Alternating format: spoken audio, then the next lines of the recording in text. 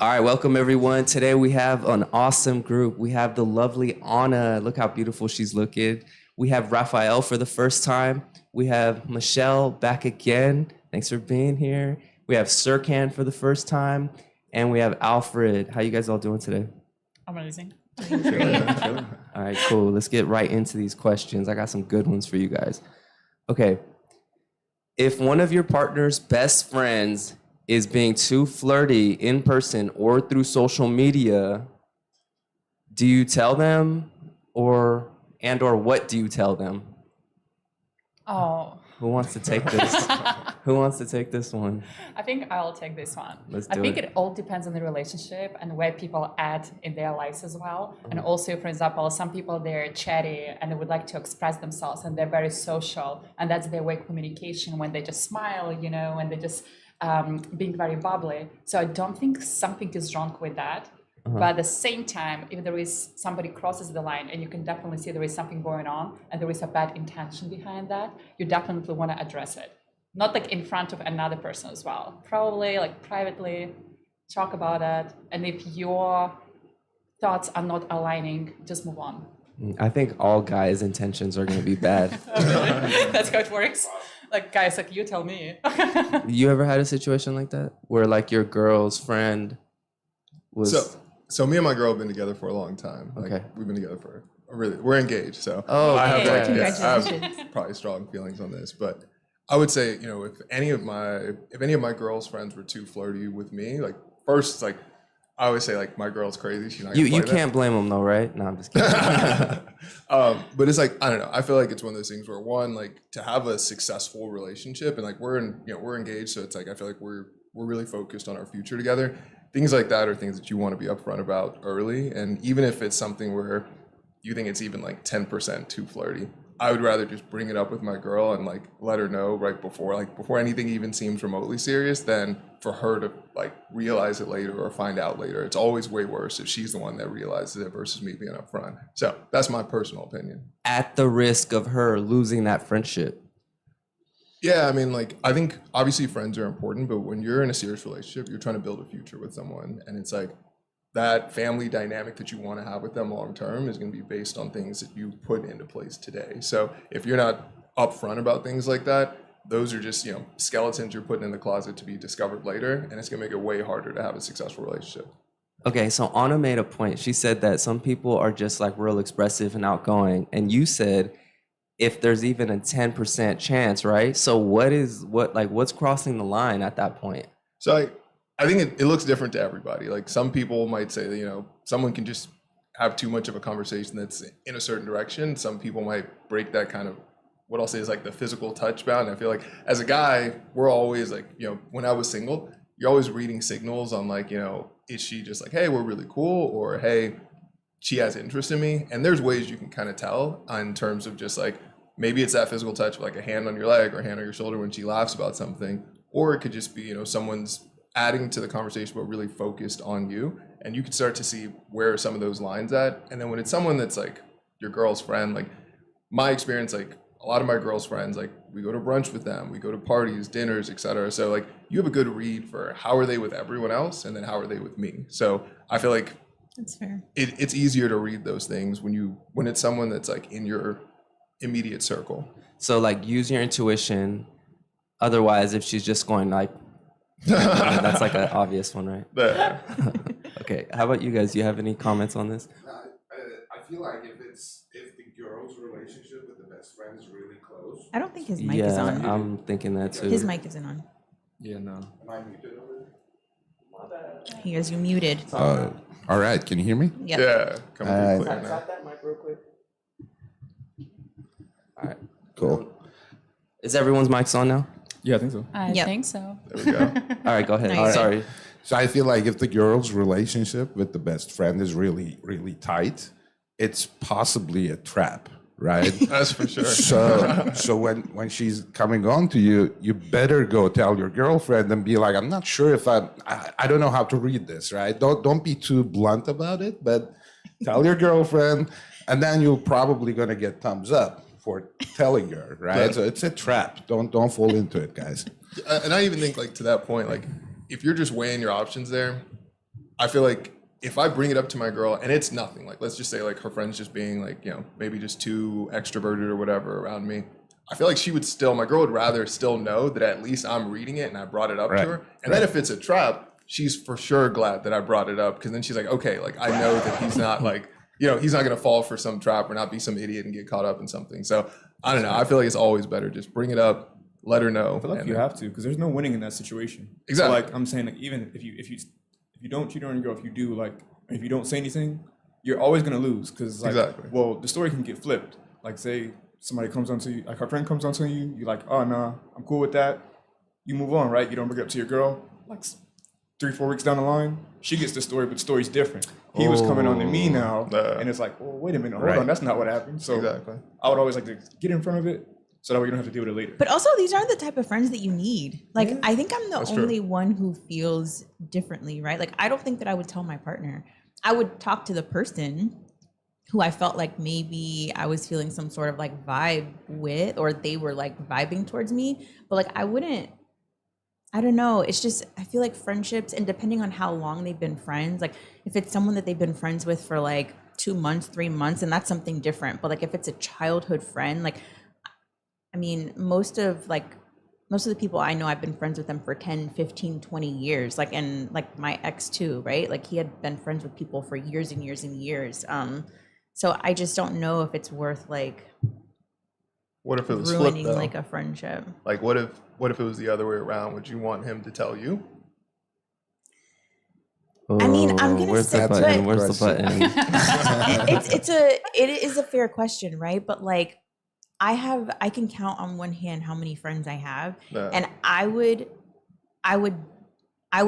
die on this hill that like my friends would never do that. Like I'm so protective, like over the friendships that I have and the people that I bring around me, that like, yeah, people say like, yeah, don't never say never, but like, I mean, I feel like there's a whole rabbit hole we could go down there. Oh, Like, 100%. would you end up so many believing your different man? cases. If he did 1000%. tell you this happened, would you believe him, or would you believe your friends there? Could you want to protect the relationship? Like I feel like we could end up down a whole. All right, rabbit let hole. me put you under the fire, Raphael. Okay, you got this best friend from elementary school. Y'all are even like in business together somewhat, and your girl comes and tells you this is what he was doing or whatever. How do you respond to that situation?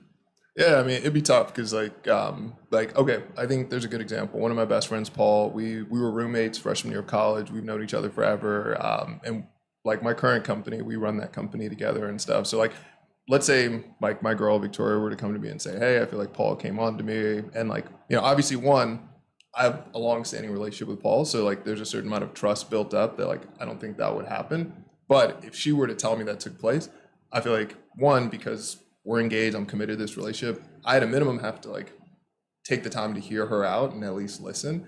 And then also use my best judgment of like, hey, this relationship I have with Paul, like, does he have the character traits or anything that's like would make me think that he's that type of person? Plus, it's like, if you're in a relationship, you've been with someone for a while, and you have these friends you've had for a while, odds are these are two groups that have like crossed at some point or another. So there's a good chance that like you have a good sense of what's their dynamic around each other. Because I've definitely been in relationships, and I definitely have seen people in relationships where you can obviously tell the way that like your significant other and that person that's like a friend or like associate or whatever, the way that they're acting around each other does not feel right. And like I feel like you can read some of those things too. So if it were my situation, like I would definitely be able to like get a sense of, is my friend that type of person that could do that? And also like, what's the status of my relationship in terms of believing that? So you want all the information, and then you'll assimilate it however you do. Yeah. And you just want to know, though, at least. Yeah, I would rather know. Because like you can't believe either side 100%. But okay, how about you, Anna? The same situation. Your girlfriend tells you, hey, or no, your boyfriend tells you, hey, your best friend, she put her hand on my dick. Like, Oh no, that's different. Flirting and touching are completely different things. okay, So- she put her hand on my thigh. Okay, fine. Okay. So I still think that touching is completely different than just flirting. Some people, for example, I know that when I speak, I always smile, no matter what we are talking about. I Even in noticed the that about business, you when I met yeah. you. even like in the business environment, no matter what we are talking about, I always smile. That's the way how I express myself, and that's like how I communicate. And I'm very like I like to use my hands. And some people think that it's me being closer to somebody, but no, I talk like that even when I'm on the phone with somebody. You know, that people don't see it, but that's who I am. Yeah. But I would say there is a fine line between flirting and also just being yourself. And my best few two friends, they're guy friends. And I was in the relationship when somebody was extremely jealous because the person I was talking to and sharing about some stuff was a male. Mm-hmm. So, and I can tell you that when it comes to the friendship or the relationship, at the end of the day, it's all about the trust. It's all about communication. And I 100% trust the person I'm with. I'm not a jealous person. Of course, if, for example, somebody ends up just exchanging the phone numbers, texting nonstop, and it's not like texting about something important, it's definitely there is something romantic and emotional involved. I will not be happy about that. But at the same time, okay, if you want to go to back to my question, Vegas, if she put, I will have talk to her. Okay. I will talk to her first. It's like, hey, are we okay? And I had a situation when somebody ended up passing her phone number to the person I was with. Okay. I cut her out of my life. Okay. Like not him, but her, because he actually was like, hey, just giving you a heads up. Like she gave me the phone number, and I knew the person for about like 4 years at that moment, and it was the last time when I saw her.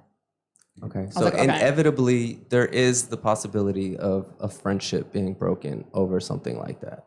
And I would say the true friendship always remains the same. It's only the friendship which not meaningful. And you're like, hey man, I gotta cut you off until I break up with this girl and then we can be friends again. So I would say that true friends, they're always there no matter what. And true friends will never put you in the position when you feel uncomfortable or when you feel insecure about yourself or your relationship in general.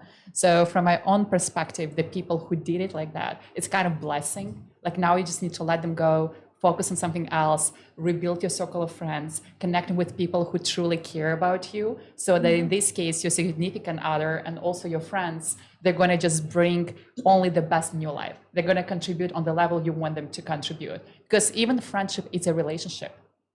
Friendship, it's not something which you walk in and walk out. No, you build that friendship, you build the trust, you build the relationship. And most of the time, friendship, they actually, so you choose friends, you don't choose the family members. At the end of the day, your friends are your chosen family. And that's why, okay, do you want to have the family members who treat you that way, or you want to just walk away and be with somebody who respects you and who trusts you? So that's where I'm coming from. And I know that if, for example, somebody is extremely jealous, right? And there is a jealousy on the level where they're so insecure about themselves and they put you in the position when you're stressed. So in this case, you need to talk to your partner. If there is no common ground and you can't communicate on the level you want to, just move on. Okay. Okay. I mean, if I was to translate that, it was pretty much saying that I would give them the benefit of the doubt, right? I would give the friend the benefit of the doubt, but if it was a clear crossing of lines, I would cut it out. Yeah. I said that in like and 5 seconds. Yeah, sometimes like if you understand what I'm talking, but I'm keeping going on and on and on, just cut me and rephrase it. Okay, Alfred, I want to put you under the fire a little bit. What if it was one of the situations where, like how you had mentioned, maybe the story is a little exaggerated. Your girl comes to you and is like, oh, your best friend did this and this and this, right? Yeah. But like you kind of, like maybe it wasn't a girl that you were like you knew really well, like in Raphael's case, right? But like you just started dating her, it's still kind of new, and your girl said that, and you were kind of like, that's kind of out of character. How would you respond to that situation? Well, see, like I don't put anything past anyone. But also, like, I'm not gonna jump to conclusions. So obviously, me and my homeboy, we gotta have that conversation. Like, I can't completely disregard either person's side, because in reality, there's no telling what happened. Like, you don't know what a person will do. Like, you can There's 3 sides to the truth: yours, mine, and the truth. And and the actual truth. So it's like, or 3 sides to the story. I mean, you know, like you never really know someone completely. Even family members and stuff like that. You watch a documentary, like somebody went crazy, and the first thing somebody says is, oh my gosh, I didn't even know. I've been knowing them since they were like 5. So you never know what somebody's really capable of.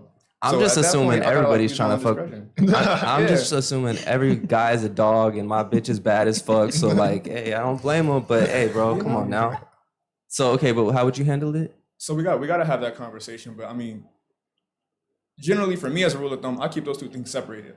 Like me and my girl don't hang out with my homie. Yeah. And their homegirls, I don't like. I've hung out with her friends and like their husbands, and like, so you know what I'm saying, stuff like that. But then at that point, it's not even like, it's more like a formality type thing. It's like we just all happen to be here because these three people knew each other since like birth.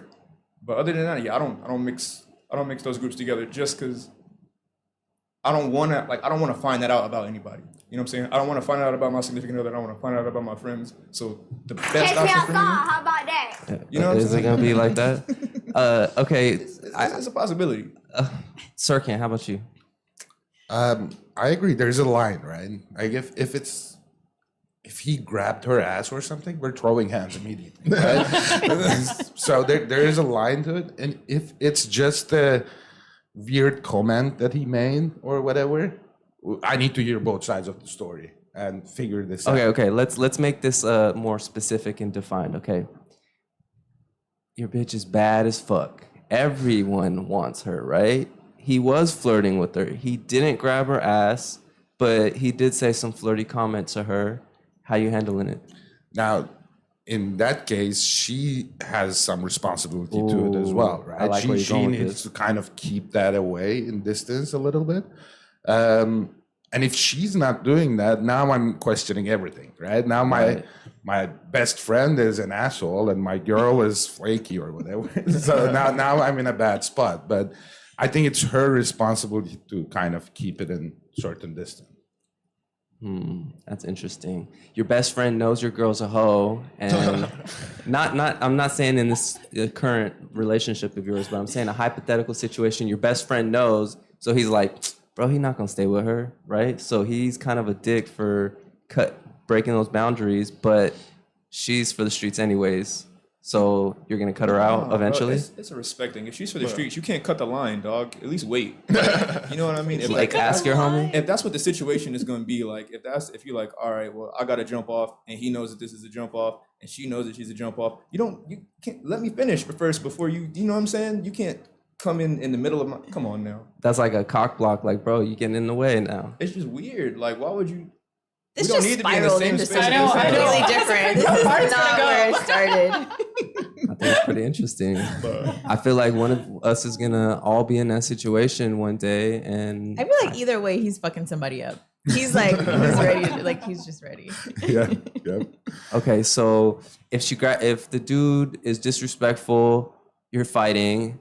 If it's flirty, you question your girl's integrity because she has to police all these dudes that are going to be hitting on her one way or another, right? Yep. She's beautiful. She's going to get hit on. That's part of the game. Yeah, and they do, right? They're used to handling that situation. So if she's choosing not to handle it in a certain way, that's a decision she's making. And now I'm gonna have to figure out if I want to be with this girl or not, if I can handle this or not. Right.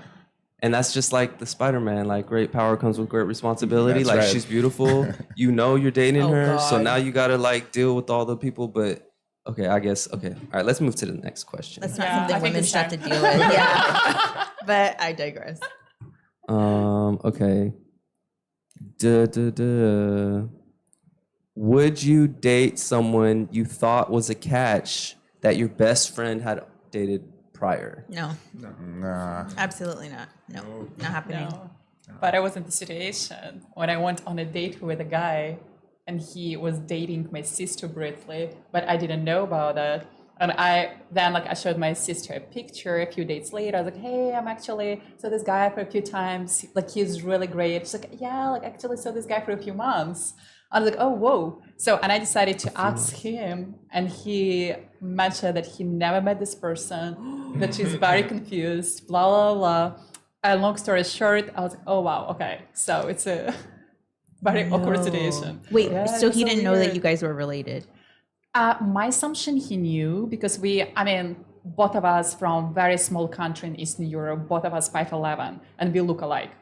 And we He knows what he likes. and huh? another thing Yes. that at that moment I and my sister, we were roommates. So he was picking us up at the same place. He had the routine down. I know. It was saved on his maps. I know, right? Like favorite. Oh, he's like, just run it back. Like, how many sisters left over there? You showed it before you gave him the I, address. I actually had a situation like that before too. I had funny. asked this girl out, and I was like, "Yeah, we should get sushi sometime." And then I go out the weekend of that. It was like in the midweek, and then I met another girl, and then I asked her to sushi too. And I'm on the date with her, and I realized that I had asked her sister to sushi too, but I never went out with the other sister. But I just didn't go out with the other sister. I was like, all right, let's just me and you. But yeah, it's like, yeah, weird. Okay, so back to the question. This person is like a catch. I think I mentioned that in the question. What Like does a catch mean? your ideal type of person that you dreamed about. So am I trying to marry her? Well, I mean, Like she's the type of person that you would marry. yeah. All right. Exactly. And your friend dated them previously. I have a whole opinion on this, Yes, but I'm gonna let please. you go ahead though. No, I think if it's someone I'm trying to have a relationship with, it's really tough, right? I mean, I just can't do it because I'm not gonna let go of that friend. And am I gonna invite him over to the wedding or whatever, right? Like that's not gonna work. But I had a It's situation like, in the hey, bro, past. she was great in bed. Just so you know. I had a situation in the past where I just hooked up with this girl a couple times. And then 5-6 years later, one of my buddies bumped into the girl in a club.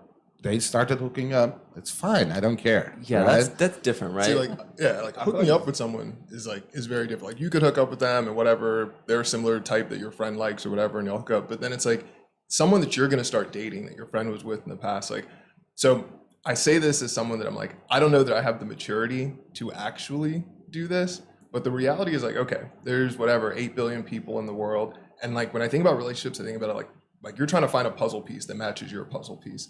And like the odds that you find your perfect person, whatever that is to you, is actually really small. Like when you think about your compatibility, whether it's your religious beliefs, your diet, your places you'd want to live, careers, idea on like, income, family, having kids, not having kids, looks, like the odds of finding someone who's a good fit and matches you that you'd want to spend the rest of your life It's with, tough. incredibly small. Yeah. So then now when you position that and you say, okay, well, yes, my friend has been with this person, but this is someone I could see myself spending the rest of my life with. I don't know that I'm mature enough to just look past the fact that my friend was with them. But then when you start weighing out like all the bad dates you've been on, all the shitty people you've been with, all the terrible moments where you're like, man, I wish I could find someone who really was my ideal person. Right. Would you let the fact that your friend has been with that person, like, for lack of a better way of putting it, kind of block your blessing? You know what I mean? Because if this is really the right person for you, does that one thing stop them? Because the reality is like, and they could have been with any other person and you would have just looked past it, but it's because you know that one person. And like, obviously there's nuance to like, what exactly was the dynamic of your friend having been with them? Was it like I was gonna say, a one night stand? what or is like, that like? Like, were they dating for like a year? Were This they is a dating for 6 hypothetical. I months? didn't actually this isn't like pulled out of a storybook. Because I mean, in theory, like if one of your close friends was dating somebody, you probably saw them on a pretty regular basis. Like, you know what I'm saying? If not every day, but like if you guys went somewhere, if there was an event, like they're probably there. So you know them and they know you. So for them to like go away and then like, usually when you break up with someone, you don't really plan on seeing them that much anymore. But now imagine you broke up with somebody and now you see them at every event because they're there with your friends. So it's kind of like, it's kind of like an in your face type thing. I don't know. It seems weird. Yeah. It is appealing. When I was like 16, I ran into a situation like that. There was this girl I really liked, but she had dated a friend of mine before. And I went and told the dude, I was like, look, man, I know that you guys recently broke up, but would it be okay if, so like I kind of asked for his permission and he's like, bro, nobody's ever asked me that before. He's like, in that case, green light. I was like, okay, but in my eyes, we were a good fit. And to your point, you mentioned like compatibility and like chemistry and looks and all that. Like the odds, I think if you did it in a mathematical sense, is probably less than 1% of running into that person. Yep. So it's like, bro, the numbers just make it seem like a logical choice, even though emotionally it's kind of like, I don't want to think about your past with whoever. Yep. I don't know. I don't even think it's about thinking about whether or not the person slept with them or like the emotion. I think it's just, I think for me, it's more like the friendship, like, because like it didn't work out for you and the girl, right? But like, then how was your friendship with him? I mean, maybe you guys weren't like best of friends, but like, I just think through that. Like, I would never date one of my friends' exes. Yeah, you don't want no leftovers. Not really. And Okay. even if I am, I'm cutting it off with the dude, right? Yeah, that's tough. It's Yeah, just, I it's- can't Gotta have have it good luck both to both ways. of Yeah, y'all. exactly. You Yeah. can't have both. Yeah. You can't have both. I also will call out, I think someone that my friend like dated, like was in a relationship with versus someone that they had like a one night stand with. I think those are two different choices there too. Like Fair. knowing that they were like, hey, they were with this person for a long time. That person met their mom and all this kind of stuff. Yeah, that's but very if he different had a than, one like- night stand with her, I would probably just want to have a one night stand with her too. Like, what's up with him having a one night stand so quick? But I guess the dynamic does. that is matter. definitely different. I think if I'm being honest with myself, the biggest thing I'm worried about is like if it actually worked. So like I could imagine like dating somebody and like it broke off and they got with the homie and it worked and like they're getting married, they're about to buy a house and I'm like, well, damn, what's wrong with me? Like, was I the problem? Like, how did that, you know? But that goes back to the compatibility thing. Like maybe they're Exactly. a better Yeah. fit. Like their puzzle pieces fit better together. And Yeah. also, if we're being logical here, like there's a good chance that like the people that are your friends have similar tastes or similar interests to you. Like That's like right. it's That's not what I that was crazy to saying. believe that like your friends would be interested in the same types of people that you're interested in. So like I'm sure this happens more often than people even realize. Like especially most definitely. if you don't live in a super populated area, like people are probably just dating in the same circles a bunch. Well, I So- think that's so how do it you was back in the blame- day, like before, like we branched out, like internet, like people would meeting people from everywhere. Like I'm Yeah. pretty sure, like our grandparents and stuff. That's probably how they was getting down. And so do you blame the guy then? No, not at all. So, but I wouldn't say I'm blaming. I just didn't understand the part of hiding the truth. Of just Oh, like, yeah, he shouldn't have lied about it. Yes, he's like, no, I didn't know her. I was like, yeah, I kind of saw the pictures as well. Yeah, And it was like, it lasted for 3 or 4 months. So it wasn't, in the case with my sister. So for me, it was only a few dates. We went there and Yeah. he knew about me having a sister as well. And also we were talking about the family and it was interesting conversation. And I feel like whenever one of their people just bring something up, it's like, okay, that's what I found out. If he was very honest, and if, for example, if he Right. just told me that, you know what, yeah, I went out, I have like the crush on the same type of girls, and we all do. We kind of like date the same people, let's be honest. Yeah. And then it's like, yeah, like it didn't work out. I just didn't know how to bring it up. I was like, okay, cool.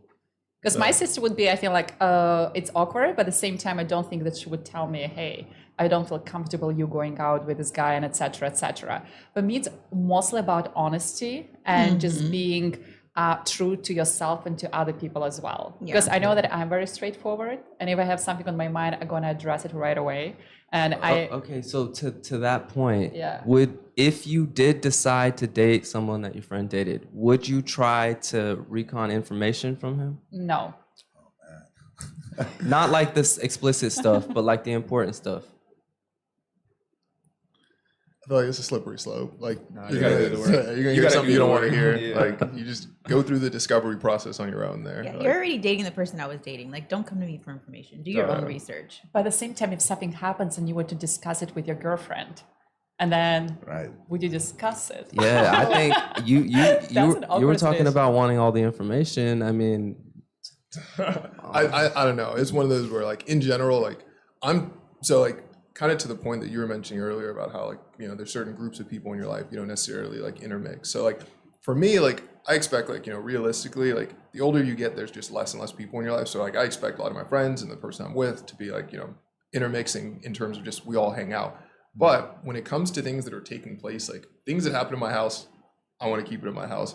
Things that happen in other people's houses, like if you need support, I'm happy to support you, but there are things that I don't want to know. And if it's like someone that's been in a relationship with one of my friends, I'd rather just not open up that box and start to take that information in, because now it's just going to create thoughts in your head about like, well, what does she think about this? Or how do I feel about, you know, how do I compare to whatever happened before? So like, I'd rather go through my discovery process with the person I'm with, learn those lessons with them and try to build a good relationship there than to go and ask questions to my friend. I'm like, oh, like, well, what happened when this, when y'all were together, did this go like this, or did she like that? Or I just feel like you're gonna put yourself in a tough spot. You're gonna hear something you don't want to hear. And your friend's probably gonna be like, bro, get the fuck out of my face with that bullshit. Like, But I don't wanna. I think it's a respect thing as well, because it's like, even if they do agree, like the two of y'all chatting about, you know what I'm saying, the other person that one of you happens to be dating, one of you happens to be dating, the other one was previously dating. It seems weird to me, especially as a grown man. This like, whole as a grown man conversation has just been weird. Discussing But, a woman just like that, that's so weird to me, dog. No. all right, we'll move on to the next question then. Right. But I'm telling you, I feel like this does happen a lot. Oh, for sure. Especially in Orange County. There's not so many young professionals, let's be honest. No. The population between like 30 to 40, it's like so small. No. It's so funny. So I do online dating, and one of my girlfriends, she does online dating as well. So the other day I had a date, and it was an okay date. Something what you just like, oh, you know what? I mean, I forgot I need to go somewhere where I don't know I need to go somewhere. So that's how the date went. The line is, So- thanks for coming out. Yeah. See you again and block. So, and definitely I share it with my girlfriend because it's like, hey, like, how's your night going? Okay, that's what I experienced. Oh my God. It's like, okay, do you mind like showing me the pictures so I know who to swipe left to who to swipe right? So, and I show the pictures like, oh my gosh, I went on a date with this guy. It wasn't good. No way. Yes way. So now we agreed, showing the pictures to each other prior we go to the date. So in this case, we save time. If anyone ever wild. said girls, men are worse than women, like, this conversation proves it. You're really about to show your girlfriends, oh, this guy, Yeah. this guy? Yeah, I I'm think about to go on guys a do it date. too. Yeah, I'm about to go on a No, we date. don't. And since both of us on the same dating platform and both of us similar look, similar age, in the same area, like we definitely run into the same type of guys, 100%. Yeah, like a ranking system, like yeah. a Yelp. Yeah, it's a kind for of dating. Yelp review. Yes, you're He's right. got 4 stars. Not a very good date. He's not gonna pay for the Uber. Yeah, but he's still running through them, though. Kudos to that guy. It's actually a great idea. Can you imagine if you create the app and you put every single person like registered on this app, and everybody just kind of like gives the stars? Oh my god. Yeah, that's for you, Tinder, all y'all Hinge. Go ahead, add the little reviews know, on right? there. They're about to weaponize that so fast. Oh yeah, dog. it's gonna be ranking. It's like, man. but then they can hit you with that. Pay $10 to improve your ranking. Oh, Gets the reviews removed. Yeah, Right. exactly. We see you got a 2-star date here. Would you like to remove that? That'll be $12.99. I'll remove all the shit, bro. Trust me.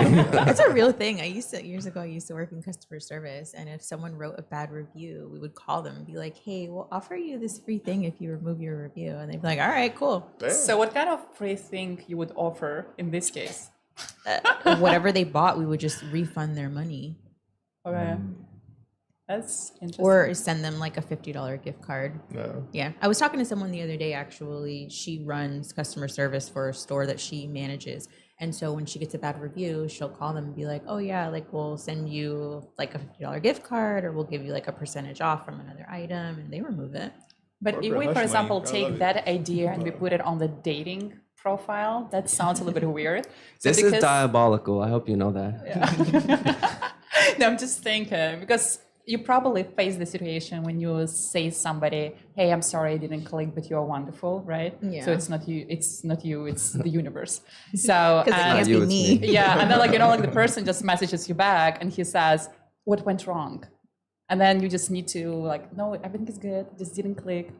I feel like we need to do that with Uber because I've seen my Uber rating and I'm very upset about it. Like I want, I was just thinking about I need an Uber. explanation. Like why do I have 4.87 stars? No, I mean, Why do you need that? somebody wanted to talk one day and you was not feeling it. You really wanted to get something off their chest, and you were like, "Oh, I'm sorry, you were on the phone or something." You're like, "That's crazy, man. I wanted to tell somebody about my day today." I mean, Get it's in my car effective and be though. Like, quiet. getting reviews on both sides, drivers getting reviews and riders getting reviewed, it makes you act different. I mean, like if and then going Oh, back I'm to on my even the best point of like behavior now. the dating app, if you knew after every date the review was going to be public and it was permanent, like people were going to see like what other people said about your date, like the way people would go into their dates and how much work they put in to be like, I need to Completely get a good different. review. Like, yeah, people would That's handle it so funny. different. This sounds like some futuristic utopian in the future. I think they made Oh, a it's It's movie Black gonna about Mirror, happen. this. so- It's definitely It's a like Black somebody Mirror gonna episode. hear it, Yeah. take the idea, and in a few weeks from now. So we're going to launch the product, and it's going to be a multi-billionaire company. Oh, for sure. So- Actually, Hinge Who should knows do how to that. code over Yeah, here? he should do that. They should like offer comments, like after a Yep. date, like offer feedback to why it didn't work out. And because I think now people just like I don't do online dating, but I think like if a date didn't work out, you would go on and like block them or So I unmatch for no reason. you But unmatch. usually they ask you, okay, what went wrong? Route, maybe racist, maybe something else. Really? Yeah, they ask you multiple questions. I usually do like no reason. Because as for me, I never really had experience when I went on a date and somebody was truly disrespectful. So it's something just like doesn't click, doesn't work. Because I like to connect over the phone prior to go on a date. And usually when I don't connect over the phone, that's where the date doesn't go well. So That's I would say that even when it comes to okay dates, right? Even like somebody doesn't like me at all, like as well, I usually take it as we're all different. We all have different personality. Yeah. Somebody might like something what I do. Somebody might say like, oh my gosh, it's the biggest red flag in the world. He's like, I like sex on a first date, and you didn't. And I was like, oh, swipe left. Yeah, I feel like, and also when it comes to the casual relationship, something what people need to specify right away prior they waste another person's time. Because for me, it's just okay. Like I would rather be productive and do something than actually waste 2 hours getting ready. You go on a date, and then it's like, oh, you know what? I'm just looking for somebody to spill witty. But that's a good point. I think you should always have a phone conversation before you go on a date, Yeah, right? it saves so much time. It'll rule all the. No, that's beautiful. I In love it. general, like I want to talk to someone before I meet a stranger. Like, I don't think that first conversation should just be like, you know what I'm saying? You meet a person for the first time, that's the first conversation you ever had. Yeah, that seems really weird to me. oh yeah, like It's just too much unknown. for sure. It's like an interview, right? Exactly. Yeah. So you're nervous, you don't exactly know what to say, like you can't really throw a reference out there, you don't know what the person's sense of humor is. So I definitely like I would recommend like at least texting somebody for like maybe a week or so. Like Oh before you go out. no, that's the worst. That's the worst. Yes, texting for a week or so is just like literally lose your interest 2 days later. I mean, if you're engaging in conversation and it's interesting, I don't think you like. But it also depends if you're good at texting. Exactly. That's true. Because a lot of people, I feel like, the dynamic they have in person and the way that they're able to connect with someone might not always come through. Yeah, in there's a so much text. lost in translation Wow. with texting. And I feel like the way how we read the text message, we read the way how we want to hear it. Exactly. You know, just okay, he probably sounds like that. He probably does this. He probably does. Last week we had a couple on, and then the boyfriend was like, I don't like when you use periods. It just sounds too scary. Like, Like punctuation? yeah, like no, like she was like, Like proper where are you going? Something, whatever. Or and then he would, and I don't know. He just said like the period. So you said the way that somebody reads it. Yeah. It's not just about how you were a texter, but how people read it and interpret it. I mean, every time I send a text, I feel like I'm trying to put it in a way that I'm like, how do I think they're going to interpret this? So like that LOL at the end or that emoji might be necessary because you can read something one way without necessarily any kind of like addition to it, and it'll sound very like direct or like very stern. But you throw that LOL on the end of anything, and it's like it's really it's like Keenan and Peele had a really funny skit on this. I feel like I've Oh seen yeah, I that. remember You that. saw that? Yeah, yeah. It was so funny. You gotta edit that clip in, just like throw the clip in. Yeah, for sure. All right, let me get to this question then. Let me before we go too far, okay, I just want to ask a question from you two. Okay. For basketball, right? How much trash talk is too much trash talk? Oh man. Cause I've went on this little ego trip lately where I'm just the biggest trash talker ever. And I'm not even the best player by any means at all, but I really get in people's heads, and we really, from like being the underdogs, we beat really good teams. So like, but I almost got my ass beat twice on Thursday. So I mean, like, how much is too much?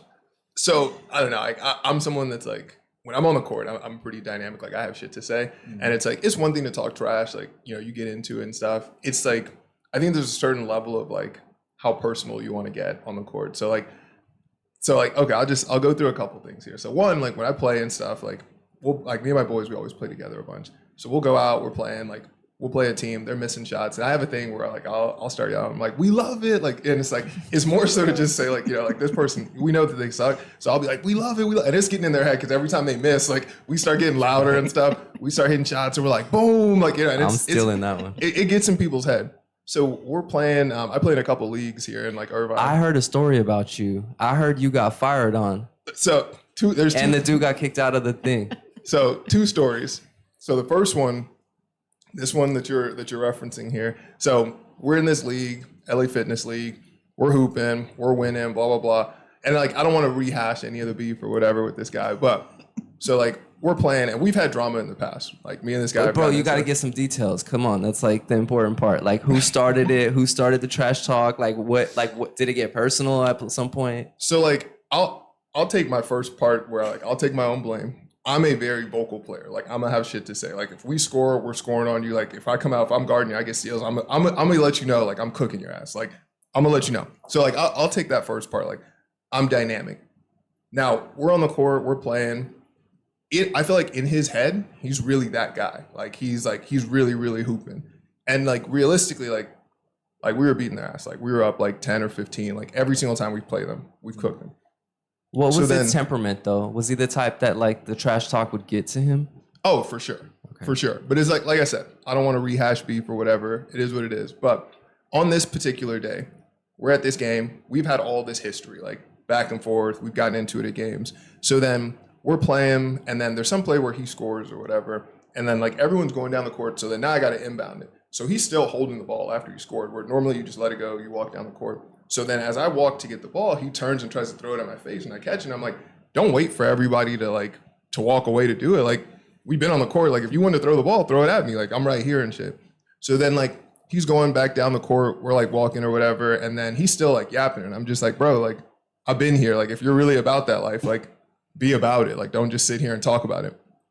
So fast forward, he's like getting in my face or whatever. And I'm standing there. I'm like, if you're about it, like be about it. Like every time we get out here, you have stuff to say. People get between us, and then he tries to like swing like over the whole crowd to like get at me. And I'm like, come on now, dog. Like you're gonna wait for everyone to be between us to then throw your punch. And then that's when they got between us and like, he got kicked out the league. But on a flip side though, another story, I was playing in a league in Irvine, and to the point of like trash talk. So like it's another game. I'm doing my usual stuff. Like we're scoring, we're cooking this team and stuff. And then I'm just like, they're missing shots. I'm like, we love it. Like they can't hang with you. Like every time someone gets beat, I'm like, that man can't guard me. Like, so I'm doing all this stuff. And then this one guy, he starts getting really mad. Like you could tell it's really getting to him and stuff. So then like, I'm turning my team. I'm like, this man might be kind of crazy. Like, cause he turned to me and he was just like, he's like, fuck you, bro, blah, blah. And I'm like, whoa, relax, dog. Like, it's just basketball.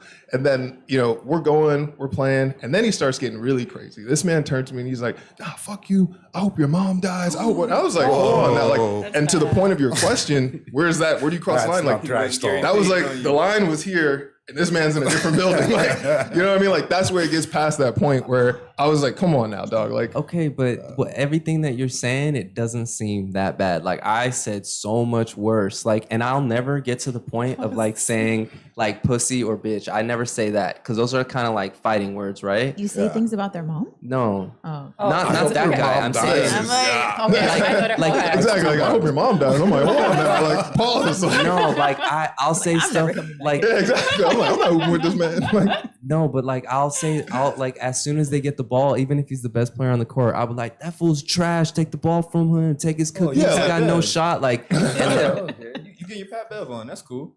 But like Hamed,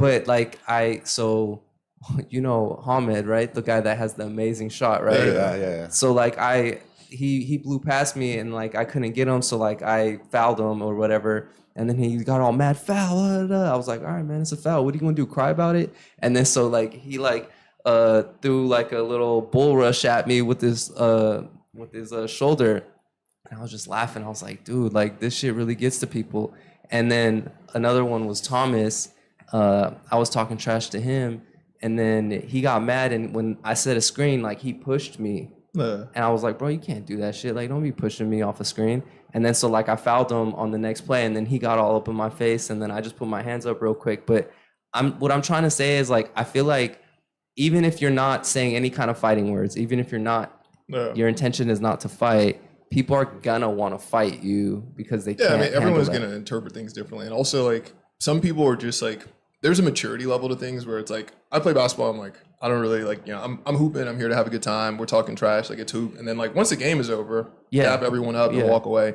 But it's like some people feel like it's a somehow a reflection of their manhood or whatever. They need to somehow like prove that they're maybe they're not a pussy or whatever it is by like trying to fight you or whatever. And I just think it's one of those where you have to know who you're dealing with too. Like some people, like this matters way more to them than it would to someone else. So, and also I want to just simply because we're on the record. Yes. Like I said, I don't want to rehash beef because that guy still goes to the gym. I'm cool with you. You're cool with me. It is what it is. I just like, I don't want to have drama at the gym. I want to go to the gym and hoop. Just in case he sees this. Oh yeah, just in case he's like, I'm gonna put it straight. Let me know because I'm gonna start talking hella shit to him too.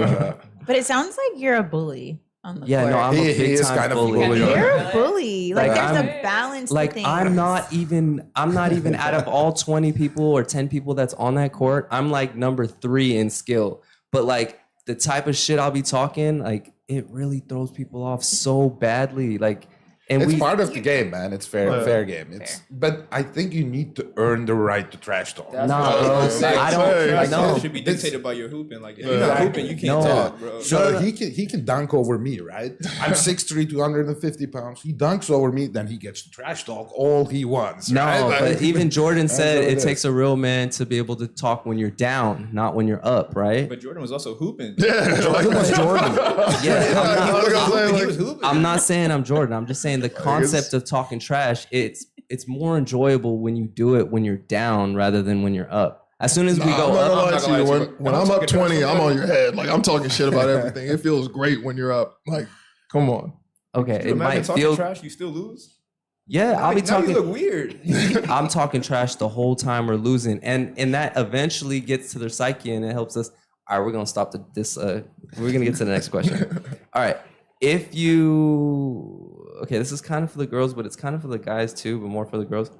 If you came across a billionaire that you loved and he took amazing care of you, and you had 1 million followers on Instagram and make pretty good money off of it, and he didn't feel comfortable about all the options of the thirsty guys hitting on you and commenting, would you delete your Instagram for him? Why does it matter that Yes. he's a billionaire? Because that the money that she's making is like insignificant in compared I to the see. money that he could take care of her with. So I had experience when I deleted my Instagram for 1.5 years, and the guy wasn't a billionaire. Okay. She's like, I did it for less. So your answer is yes, Yes, I do yes. it. Okay, Michelle. I don't know. I'm gonna be honest. The fact that he is a billionaire wouldn't really like matter. But also, I don't have a large following.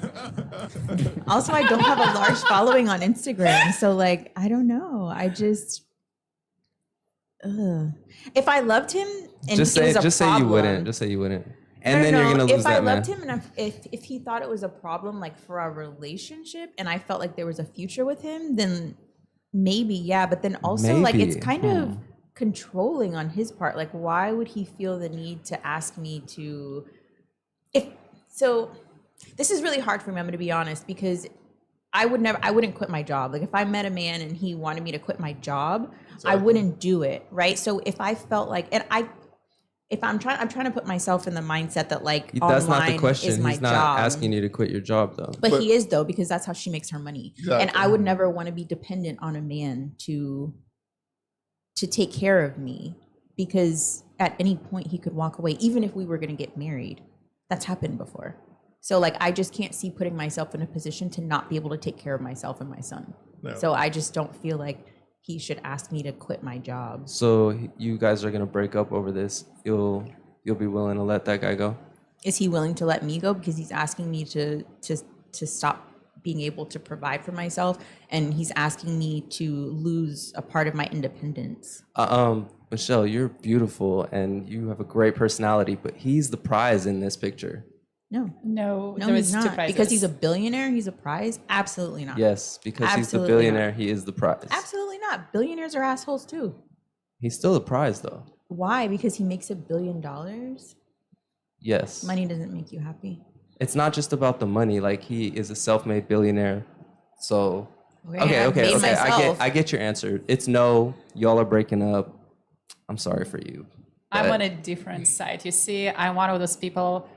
We look at that job as a marketing, and there is the platform for marketing is so big right now. There is so many other sources to make money in order to create pictures and videos, and also translate what you want to translate to the world, and also collaborate with the companies, and still being active professional. At the same time, I do understand you as well. So it's a kind of way of controlling you, but also I feel like with the right communication, also understanding what other person wants and needs. So people should be able to compromise in a sense that maybe making profile private, maybe just not posting certain content, fair. Maybe something else. There is also, for me, like Instagram, my personal Instagram is nothing. In a sense that, yeah, I do post here and there, but it's very insignificant. It's a very easy decision for me, like, okay, let's do that, because I know that it doesn't have any influence on my life at all. If, for example, for another person, that's a part of their life and significant part of their life, there should be communication involved and just making sure that both of the parties at the end of the conversation are satisfied with the answers and with the outcomes as well.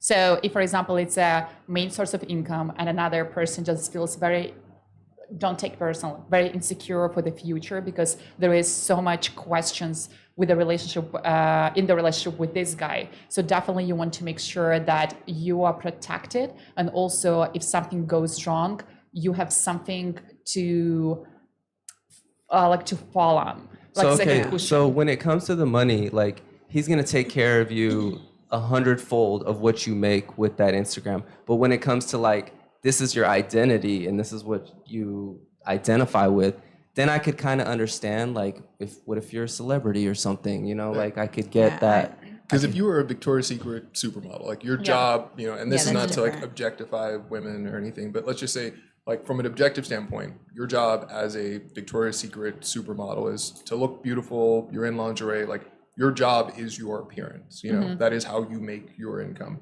If a billionaire were to start dating some supermodel, he's going into that knowing people are going to hit on her, people are going to have things to say about her, there's going to be thirsty comments or whatever. Would he tell her to stop modeling the same way he would tell this girl to get rid of her Instagram? So like realistically, if this is your income, this is your job, this is what you do for a living, this is your brand, as he decides to date you, he's choosing to be a part of that world too. Like, but also you see, I think whenever people try to change the person they're with, I also care, like at the beginning, you fall for the person the way how the person was. In a sense, like with the group of following people on social media, with the career the person has, with all the character and all the personality, and you fall for that.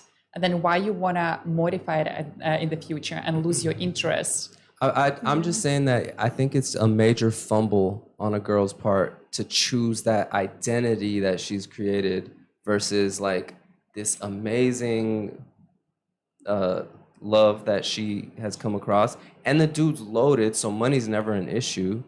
Like, I think the girl is fumbling by saying, I'm not tolerating that. I don't know. I mean, Kanye was making more money than Kim when they got together. Would Kim have stopped what she was doing because she was with Kanye? Like, I mean, you can, in many ways, you can look at it like, for her, that enhanced her brand, helped her to sell more of her products, brought additional attention to her. And that's not to say by any means, like, obviously Kim had a massive self brand there already, but it's like, I don't know. I just so when it comes to like identity and brand, that's probably the exception, right? If that's their identity and their brand. I mean, in no way is my social media my identity. I post once every 6 months. Right? Like I posted just delete it. Maybe if you meet the person ago. I haven't since. But I think, ladies and gentlemen, we got it. No, but I don't think that's the point though. Like why would someone want to come into my world? All right, let's spin it around. Okay, let's say that since he's a billionaire, right? He's got models on models on models thirsty in his DMs all the time. Hard eyes, everything, right? All he's got to do is pull his DM up real quick, and that's a wrap right there. So there's like kind of like this obstacle in between you guys that there's just too much temptation to just kind of risk it. I'm like, what difference does it make though? Because it's like he could delete his Instagram, and like this is a conversation Victoria and I have had of like whether or not anyone's in our DMs or not. If I wanted to do something or she wanted to do something, like I could go to a club this weekend, you know, like, and then it's like if you're a billionaire, the access to things like I'm gonna go fly to Ibiza this weekend on my private jet and then go and, you know, rent out a club and there's gonna be thousands of women there. And yeah, my Instagram's deleted now, but I have every woman in the world that I could want right there. So it's like, I don't know. For me, I'm like, whether it's the girl and she's dating the billionaire or the, you know, and also I always want to call out No gender roles. A woman could be the billionaire here in the situation as well. All right. But point being, regardless of who's the billionaire in the situation or whose Instagram's getting deleted, if you wanted to go do something, you could and you would. So the reality is, like, it just comes down to, like, what kind of relationship do you want to have? Okay, so bottom line is, if they wanted to cheat, they would anyways. Facts. So it doesn't really matter if they delete it or not. Yep. It is, but also I think if it's important to one of the parties, there definitely should be conversation and people need to compromise. Because I know that we all have our pet peeves. Oh, for Because sure. if you That's don't how I look at compromise, it. you might just lose the billionaire. But that doesn't mean that you wouldn't lose them anyways, or whatever. I had Lulu an just ex said. who he cheated on me and I took him back stupidly. He changed his phone number. He got rid of his Instagram. He lost all social media. A And he year cheated. later, he cheated on me again. So what does it matter? Right. It doesn't matter. If It- it's the same thing. If someone wants to do it, they're going to do it. Exactly. No, you're right. It doesn't matter. They're gonna do it anyways. But if he did put that ultimatum on you, would you be willing to lose that Lose what? opportunity for a further relationship with that person? With the billionaire? Yeah. I don't know. I'm going to be honest. Like, yeah, my ex took care of me. I didn't pay a bill for like 6 years. Nothing. I paid nothing. And then we ended up breaking up in the end. So like, just because he's a billionaire, just because he's taking care of me, like at the end, like it didn't work out. And like, thank God I still had a job and thank God I was able to still be able to take care of myself. But you don't have like $90 million from a divorce with him, though. Absolutely not. I don't. No. So I But mean, you see, I would say that even when we are talking about the money, most of the time, two parties, they get together and they're both should be financially stable. I don't think the person who's more financially secure and has more finances is interested and attracted to somebody who's barely making the ends. Let's be honest, because you have different lifestyle, you go to the different places, you dress differently, you have different priorities, you have different interests. And I feel like at the end of the day, the person who is multi-billionaire or just a billionaire, okay, Just that singular billionaire. yeah, still going to be attracted to somebody who makes pretty good and decent income, lives in a good area because your interests going to align. And here, I don't think it's all about money because I don't think that successful men are interested in somebody who is not able to put the shit together at the same time, who doesn't have a strong opinion on anything. At the end of the day, who is not great when it comes to communications, also making your own decisions as well. Because there are so many pretty girls, let's be honest. But also, I think that people with a certain income, they're attracted to somebody who knows that this person is attracted to, not because they're sucking money all the time and they just like on their monthly support or whatever, like people call it nowadays, because they know, okay, like she's interested in me because she wants to spend time with me as well. And also, let's be honest, sport, money, and build confidence. And not every single girl can even be next to their multi-billionaire because they don't have that confidence, and people read it. And if I'm the billionaire and I'm going for that girl, I expect her to kind of create that distance with, as I was just saying earlier, it's her responsibility to keep the guys away a little bit. No. I would expect that. I wouldn't put an ultimatum on the table, right? Like she should be able to do it herself, not even tell me, like delete some of the guys that are hitting on her all the time. That's her responsibility. Because as we said, as we all agree, if you're gonna cheat, you're gonna cheat, right? So I put, again, the responsibility, I put it on the girl more than the guy here. okay, there's no right and wrong answers, guys. That I was right. Okay. Do you think it's possible to have a very attractive platonic friend that you are actually attracted to, that you wouldn't ever sleep with, especially in a moment of weakness or horniness, and both of you are single? That's the question. Friendship, none of the friends supposed to be attracted to each other. That's the friendship. Oh, was that the rule? Yes. I think that's the rule. We can't I be have friends like then. two I'm just friends. kidding. And they're like, we are not attracted to, like, we are, like, I met their partners. So we always talk about, they know, we call each other brother and sister. So you don't sleep with your brother. Do you guys agree that you cannot be friends with somebody that you're attracted to? Yeah, because you somebody's going to get definitely hurt. Because like I have female friends that are attractive, right? But like I would never try them because I know who they are on a different level than like the average dude walking like down the street would. What do you mean you know who they are? Like, they when- got a whole past and you know It's that? not even that, but like when you're friends with people, like, you know what I'm saying, you get like your relationship becomes intimate, and not intimate in the sense of like a sensual thing, but like you get to know like when they burp and fart, or like the weird jokes or their dark humor and stuff like that, or like just the little scumbag things that you do that like you tell your friends that you don't think like you wouldn't think to tell anybody else. So it's like I know you, and if we don't like if we're not compatible on that level, then yes, of course you're attractive. We can be friends. Like it works as a friend, but I couldn't date you because we don't click like that. Okay, Yeah, so I- too much familiarity is. And also, I think when it comes to the relationship, when it comes to the relationship, the people should be connected on 3 levels: mental, emotional, and also physical as well. If one of the aspects is missing, there can be a great friendship, great partnership, or nothing at all. So, and I feel like with a friendship, physical is always, even when the person is extremely good looking and very beautiful, but if you like the person, you need to address it right away, because you don't want to put yourself in the position when you waste all this time and you're hoping that one day you're going to just tell how you feel and the person's going to, oh my gosh, I feel the same. No, it's never going to work out like that, because one of the partners at the end of the day is going to get hurt and another person going to waste time, and it doesn't work. Okay, so bottom line is if you're attracted to them, you're saying that could never work. You're No. saying that you do have attractive friends, but you already know they're.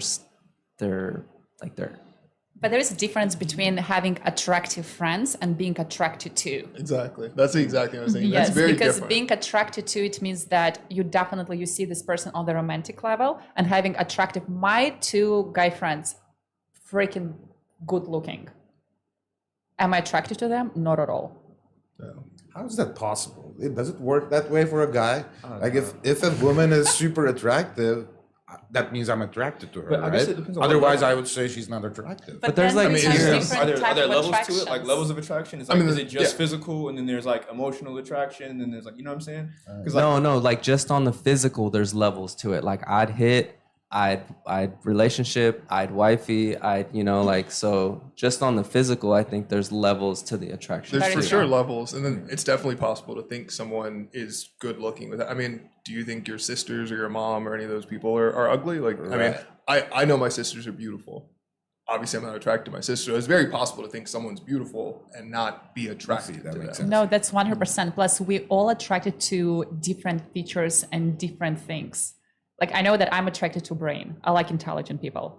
Like, really, he can be okay looking, but if he's freaking smart and I can learn so much from him and we have amazing conversation, I'm gonna fall for the person.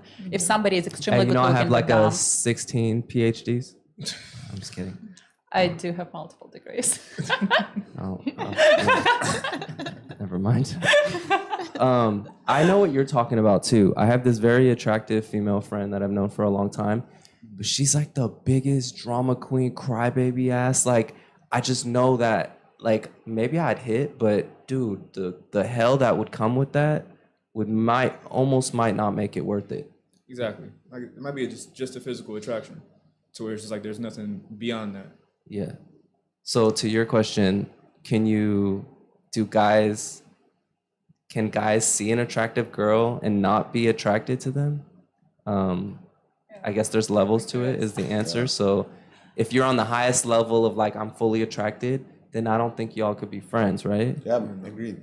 I honestly don't fully believe in male-female friendship. Don't cancel me or anything. But I think it depends on the circumstances that you met. Like if I met this girl in like middle school or something, like when I was really like 10 years old or whatever, yes, then there could be really strong friendship. Or if I met this girl as a wife of one of my best buddies, so she's no longer a sexual person to me, then yes, I can have a very close friendship. But if I met her as a single guy, she's single, we met at the gym, we're attracted to each other, I don't call that friendship, really. No. Yeah. Right? The door is always a little open. Like you can, Yeah. you never know. One night you drink too much, and you know. And Yeah, I that agree was with part that. of my question too, is like in a moment of weakness, you know what I mean? Like in the right situation at the right time, would you still be like, no, we're just friends? My dick is throbbing, but we're just friends. The visuals. I always follow my dick's lead. So. He's in charge. Okay, does anyone have any comments on this? Like, I don't think you said anything about it. No, I don't think, I don't really think that you can be friends with someone that you're attracted to. And then even like to your point, so I do agree with you. If you met like your best friend's wife or whatever, like, yeah, I think you guys can like just be friends. But I would even say like someone that you knew in middle school or high school, like even that like sort of friendship, because you've known each other for so long, even that's kind of like sketchy. And I feel like there could be feelings there because there's a level of familiarity that that person brings to your life, like For something sure. that like almost like nostalgia, maybe like it's this level of comfort. So I had a friend that we were best friends in high school, just friends. Like we used to do everything together, hang out. And then like years later, we ended up starting to date. And it was probably the worst thing that we ever did because we ruined a friendship and we were really, really good friends. Do you think that he thought that? Do you think that he thought we were really good friends, or was he just waiting for we his were chance? best friends. No, we were best friends. But then, I know where you were going with that one. yeah. But I know people even like now that knew each other from like middle school that like they started dating. So I think like that's even like that's Okay, so It's more you're in a you're under danger the zone. boat. You're in the camp that if you're attracted to them, then no, it's not platonic. yeah, correct. And I would even go as far as to say I'm not sure that men and women, the same as you, I'm not sure that they can fully just be friends because I think that Oh, you're canceled too one now. night, that's fine. But I think that like I don't know, there could be one night that like just changes like everything. I believe in the friendship between man and a woman. Yeah, no, that's I fair. believe in That's that. completely fair. So these friends that you have, these two guy Yeah, friends, amazing. best friends, right? Yeah. I'm not happy about that, but what's it about them that if they're so attractive, they're not your type? They're not my type when it comes to dating. They're my type when it comes to communication and also just like spending time with. And I met both of them, they're in a relationship. One of them is about to propose. Another one is just like in love with a girl. So they're and I both met off both of them and I was limits. like, they're amazing. But when I met them, they were single. I was single. And they saw me like I was in a relationship then for 2.5 years. Then I broke up and they were with me during the time Did they as well. pursue you? No. Like I feel like we So you literally call weren't each their other type. brother and sister. Oh, I see. Like literally that's they even like we call each other like when we go because like we are both like I mean people might assume that we are together when we were single, so we literally were like, oh yeah, he's my brother, oh yeah, she's my sister. So in this case, you know, like if somebody approaches, it's like, okay, like I'm with my brother. Yeah, but I met their significant others. The girls are wonderful. I'm just like, they're amazing. I'm super happy for them. When I was in relationship, they were the same. Like Anna, like let me know if, like for example, you have any issues, but you look together great. Like you're together, you're amazing. Do you think their girls are jealous of you? Okay. So one of the girls he was dating in the past was extremely jealous of me. So and she wasn't with him for a very long time after that, Right. because it was a kind of like either Anna or me, right? And in this case, like he knew me for about 5 years or so. It's like, okay, like, and I know you for a few months. I'm sorry. It's a very easy choice. But also I feel like it also something what I mentioned earlier, it's about insecurity and communication. And I think that I know that my previous partner was very concerned about those two friends. And I limited my communication on the level that whenever I talked to them, it was only when he was around. If we were hanging out, it was the group, like group gathering, right? So I didn't do one-on-one because he didn't feel comfortable. But then doesn't that change like the dynamic of your does. friendship? Because if that were to be me on the flip side, right? I'd be like, well, if friendship is very important to me. So I'd be like, you're modifying the type of friendship that we have when you're in a relationship. And then when you're not in a relationship, we have a different type of friendship. And for me, I wouldn't feel comfortable with someone putting me into one box when they're with someone and then in another box when they're not with someone. For me, we I were couldn't do talking it. about the same things, but at the same time, you know, like when another person knew that, for example, okay, like now, like if there was a phone call and we were talking, there was no, like, I'm one of those people when it comes to the relationship, I keep everything open. I'm an open book. If you want to know something about me, just ask questions. If you, for example, just have concerns about something, address it right away. Yeah. And I don't have anything to hide. And also, I have this personality of people pleaser in a sense that if I know that it bothers you a lot, and I'll do my best in order to accommodate your needs. And most of the time, I know that. That was the right answer. Thank you. Yeah, and I think that we all have the different background. And for example, when you're with somebody and this person is concerned about something and you think it's insignificant to you because probably you didn't have the previous experience, something would broke your heart or maybe was mentally challenging. So I don't think that anything with another person addresses, I need to take it for granted. I'm listening to that. I'm also okay, like if that's important to you, something is important to me as well. We don't have to have the same emotions towards the same problems, but we need to have understanding towards that. Yeah. So, and it's for me, like whenever I know that because he had experience when his previous partner ended up sleeping and cheating with his best friend in the past. And after that, yes, and that was his story. That's why when he shared it with me, I was like, you know what? I understand. Let's make it work. I don't want to cut my friends. I don't want to lose my friends, but at the same time, let's make it work. Yeah. Okay. 2 hours later. I know. Sorry. Next question. But I was with you the whole time. Aww. Yeah, y'all have this sisterly vibe going on. Good for you.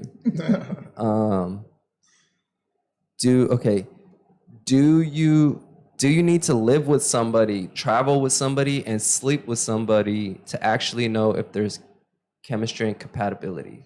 Yes. Yeah. You should definitely travel with somebody because Okay, wait. that's when you find out who that person is. Wait. Let's break them down. Do you need to travel with somebody? Yes, absolutely. Yep. Yes. Absolutely. 100%. Because you turn into like different people. Like imagine, I've had situations where like flights got canceled, flights were delayed, people are tired, you're up all night, you're partying, you have a 6 a.m. flight stupidly that you booked and you only slept for 2 hours. Your flight's delayed, you guys are at the airport. I've had a situation where I was in Cancun. I was in Cancun. Some of us were on a different plane.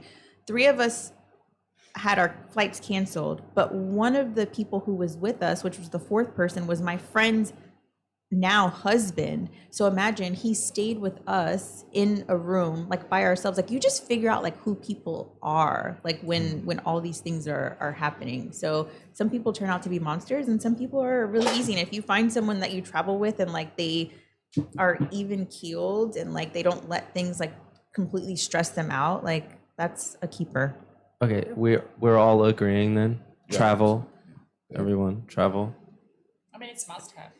It's a must. Yeah, that's how people actually recharge their batteries. Like traveling should be like, especially when you're with somebody and you're together, you have to travel together. There's no other options. Raphael, you didn't agree yet though. I think it's relative. Like okay, the contrarian. Finally, everybody's agreeing. No, it's like this. Like I think more of what everyone was kind of alluding to is more so like being able to go through challenging situations with someone gives you a better sense of their character. Yeah. I don't know that that's specific to traveling. Like traveling exacerbates it. Yeah, I think it's a good way to. It's one way. Yeah, it's one way to be able to get a sense of how that person handles those things. But to your initial question of like to determine compatibility, I don't know that you exclusively have to travel with someone to be able to find that out. So I do want to see how they are in unfamiliar environments though. Like if we go somewhere new, like I need to see how you can, like, you know what I'm saying? If you have any type of orienteering skills, can you like, if you ride down the street, can you remember where something is? Like, do you know how to find your way around?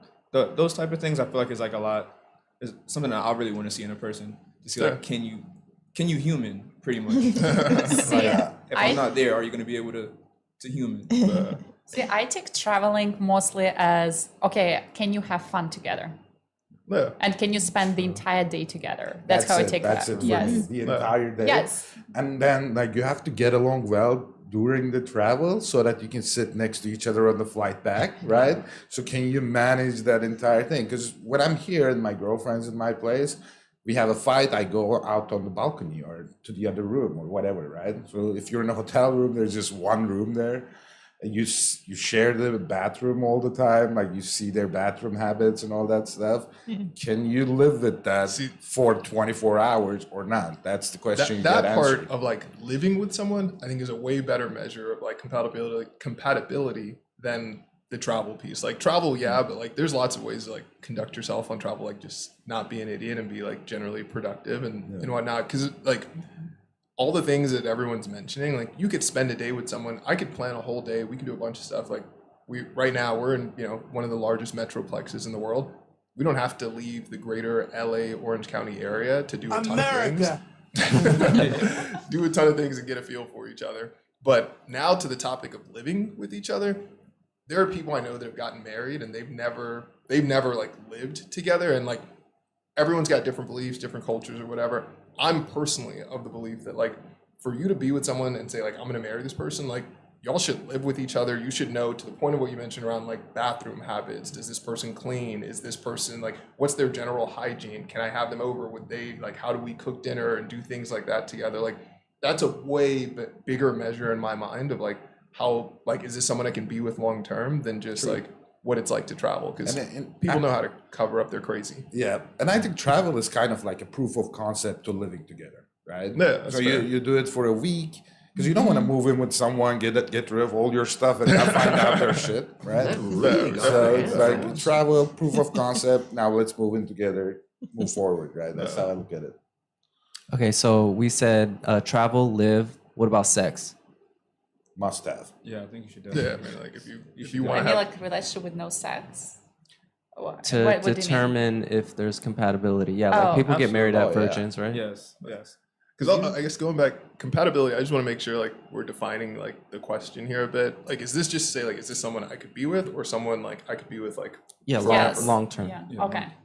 I think you were gonna say something. I interrupted you. Go ahead. I think sex, yes, absolutely long term. Just because like you're gonna marry somebody, right? I think that's something that you should, since it's such an intimate thing, you should definitely know each other on that level very well. Because just say you get married to someone, right? They like butt stuff. You don't like butt stuff, but now you're married. But you never, you know what I'm saying? You never had sex. So you Like she wants to do butt stuff on you. Like, oh shit. Either bro. way, like I know it's you were just all like, about that. That's say you Listen, get married you'd and be somebody wants to do surprised. something sexually that you're not comfortable with, or they have a kink that you didn't know about because you guys have never taken it to that level before. But you've been very buddy and very friendly. Now you're married and you're at honeymoon and you're like, hey, whips and chains. You're like, yo, hold on. I didn't know that this is what we was gonna be doing.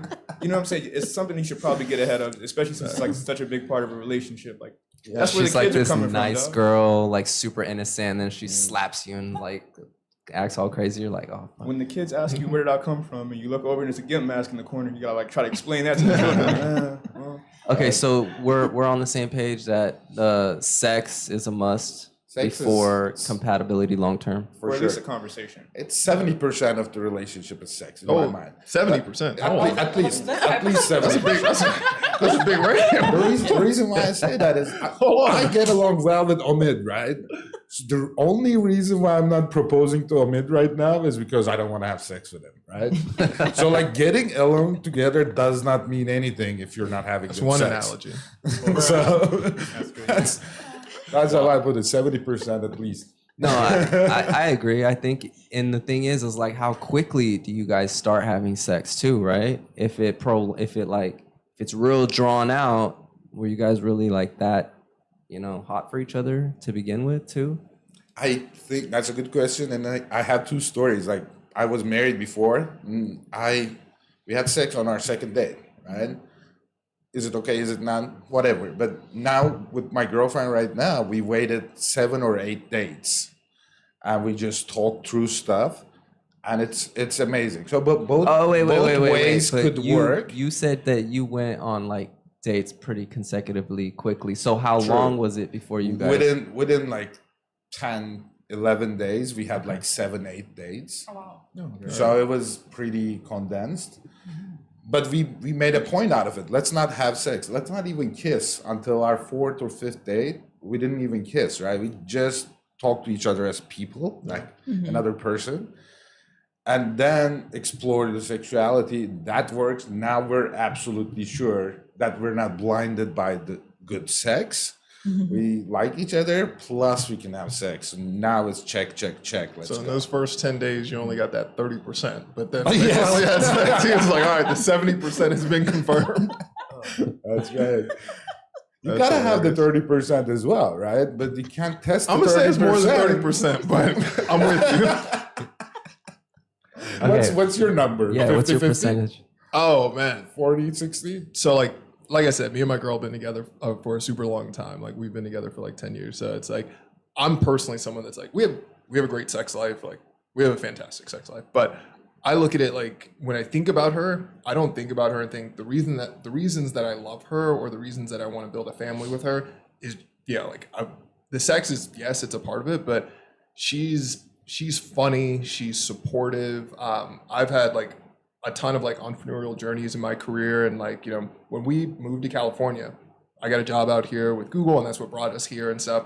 She was super supportive of that. When I talk about her to other people, I'm like, if I told her, hey, we're going to sell the house, we're going to live on ramen noodles, or we're going to go build this crazy thing, she'd be like, she's ride or die. Obviously, she'd be like, she would evaluate it and stuff. But point being, she's ride or die. Like whether we're eating McDonald's or we're eating, caviar, she's going to ride or die with me. And I think about that and I'm like, that makes up way more of what makes our relationship work than how good our sex is. Like it's great sex, but it's like her being someone that's like I brought her around my family and she's great with my family and my sisters, my nephews, like my friends. She's someone that like when I'm thinking about like I'm pitching investors and I'm putting together my pitch deck and I'm going through all this stuff, she's someone I can go to and be like, go through this, and she'll go through it with a fine-tooth comb and be able to find things that I wasn't thinking about. Like those are things that make her amazing and make our relationship work. And like, because that's so much a part of like my life and like building my businesses is so important to me, having a partner who's like aligned to that vision, incredibly important. So it's like, for me, her mind, her like supportiveness, her caring, her thoughtfulness, that's probably like a good like 70-80% of it. And then it's like the other 20% is like, is how good like our sex is and stuff. So the question becomes, what if your sex wasn't as good? You're having sex once a month and it's like weird. That's what I was thinking. Sex. Are you still marrying this girl because she's riding or die? That's a fair question. Like or not having sex for 2 months, 3 months, 4 months. Kill me. Because you've been together for 10 years. Just hand me the rope already. Not having sex and I guess having bad sex are definitely difficult things that like, it would be a blocker to the success of our relationship. So it's a showstopper. That's why I say it's over 50% of the relationship, because it's a showstopper, right? I don't know. It doesn't work without it. Okay, but like when you get old, are you still having crazy hot sex like that, or is it more leaning toward the I look at it as like it's a connection? life partner. Like the sex is part of it, but. Oh yeah, Sirkan's the 9-year-old dude popping for blue chews and saying, "Yo, bitch, get your ass over here." You wouldn't have sex 15 times a week, but at least like 2 or 3 times. Why not? I know a 70-year-old that had a baby. I'm gonna use it till it don't work. Had a baby? Yeah. Wow. Didn't Al Pacino or whatever? One of those old De guys Niro, just De had a Niro. baby. Yeah. Okay, so let me ask a question about I forgot what I was gonna say. It was about sex. Of course it was. Yeah. You gotta edit in that. Let's talk about sex, but I guess we'll just get to the next question. Okay, so the question that we had just covered was: do you need to live with somebody, travel with somebody, and sleep with somebody to know if there's long-term compatibility? Living was like a consensus of yes.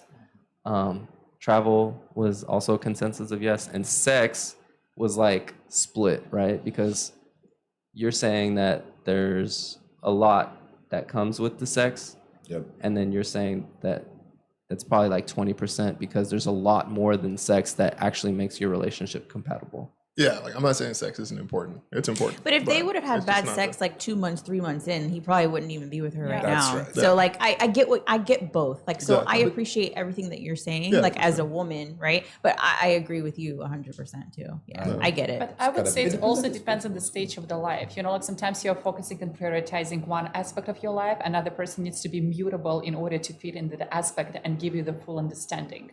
So there are moments of your life when you just, okay, like now you can enjoy your life, you can just relax. For example, you're on vacation. Of course, she will not go through every single file. You're gonna have more sex. No. So that's why I feel like their life is a roller coaster. Like sometimes it feels like, okay, it's 70, sometimes it feels like it's 30. Because we all experience so many different things in our lives. Sometimes you need emotional support over the physical, and sometimes you need physical. Right. So it's why it's a combination of both. I kind of take your answer, and put it together. I love it. I feel like it depends too if it's fixable bad sex, because like not all bad sex is like sex? yeah, it's like, Interesting so term. like No, that's fixable true. bad sex is I like don't know because that. you might have a partner who's just like inexperienced. They just Exactly. don't Right. know enough. You know what I'm saying? So some things can be taught, but then there's other Like, things hey, baby, stop taking the skin off my dick. Like, oh. I mean, in so many words, yes, but like, you know what I'm saying? There's some people are just inexperienced. So like you might have more experience than your partner. So you could show them, okay, if we do this way, we do that way, this will make our experience better. Cause you know, Stop using your teeth, babe. Oh. Here's the question I was going to ask. Okay. Is sex with love better, or does casual sex, like casual sex versus sex and love, like is one better than the other? Yes. Yes. yes, absolutely. Okay. I are think I you- always had sex with emotions. okay. Yeah. Can casual sex be as good as sex with love? No. No, you Casual can't- sex is scary, dog. Like it's cool in the moment, and then like as soon as it's over, you're like, oh my god, like why am I moving like this? Like what's happening? What if go to church what or if something. you're extremely attracted to them? The sex was hot and crazy and amazing, best experience ever. But is it still not as good with sex with emotions and love? I say it's when you're in love with someone, you get to open up more, so you're more limitless during sex, which is the way I like it, honestly. So you can't have that with casual sex, in my opinion. If the first time you're having sex with her is so wild and crazy, I bet the 10th time is going to be a lot better, Okay. right? Like there's certain it things gets better. There's certain things that like you like and you can't really like get to all of that Yes. stuff, and vice versa. Like if you don't like being called daddy and she's like daddy, you know, like that's like weird for you, You right? don't want to freak each other out. Okay, so you yeah. kind of hold back on the first So time. it's more about understanding what each other likes is what makes the sex I better. think so. And also do you- foreplay. I feel like foreplay can happen only when there is emotional connection. Because you kind of, okay, let's go. No, Okay, it doesn't work got like you. that. And I think, you know, like when you just have this foreplay, you have communication, you have conversation, you like spicy things up. Okay. So Yeah, the great. lead up to it. I don't know that you have to be in love to know those things about a person, though. Like, Right. I mean, the reality is like everyone has different situations. yeah. But let's just say you had someone who was a friends with benefits. You guys have, hooked up several times. You guys know each other really well in terms of what the person likes, like how you guys like to have sex.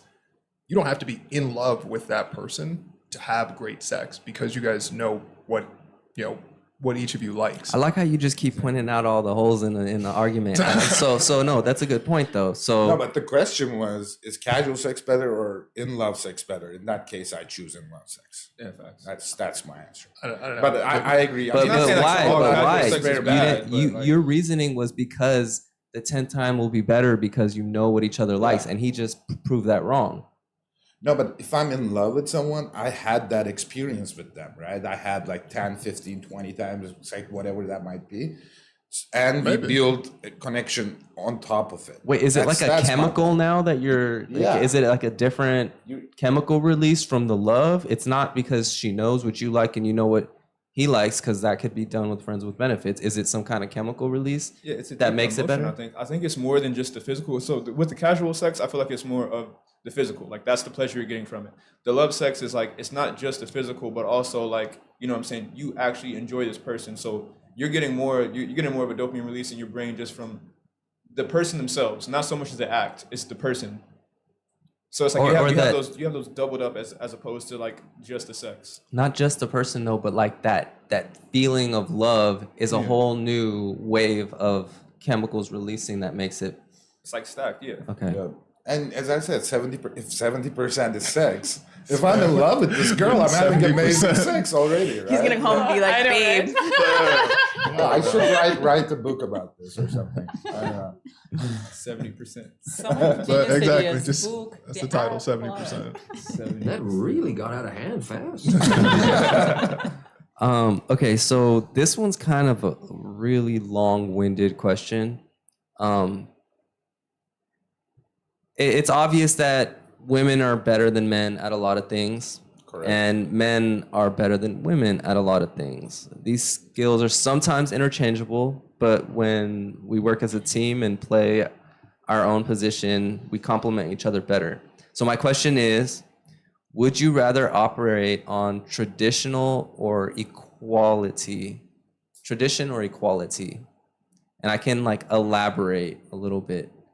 So you're talking about male, female roles? Yeah, I was like, this is a gender roles. roles question. Yeah. So like there's chivalry and traditional roles versus split gender roles and equality. What do you guys think about this topic? And then there's more I could read, but I just want to give it a pause. So I feel like traditional roles work the best in my case, and it doesn't mean that I don't contribute in the relationship at all. So from my previous experience, it was never 100 and 0%. It was never 50-50. And can you just give the audience your background? Oh yeah, so I'm actually okay. Where you're from, your ethnicity. So as far as my Social security number. So I'm originally from Transnistria. I don't know if anybody heard about the country. Oh, you told me Ukraine.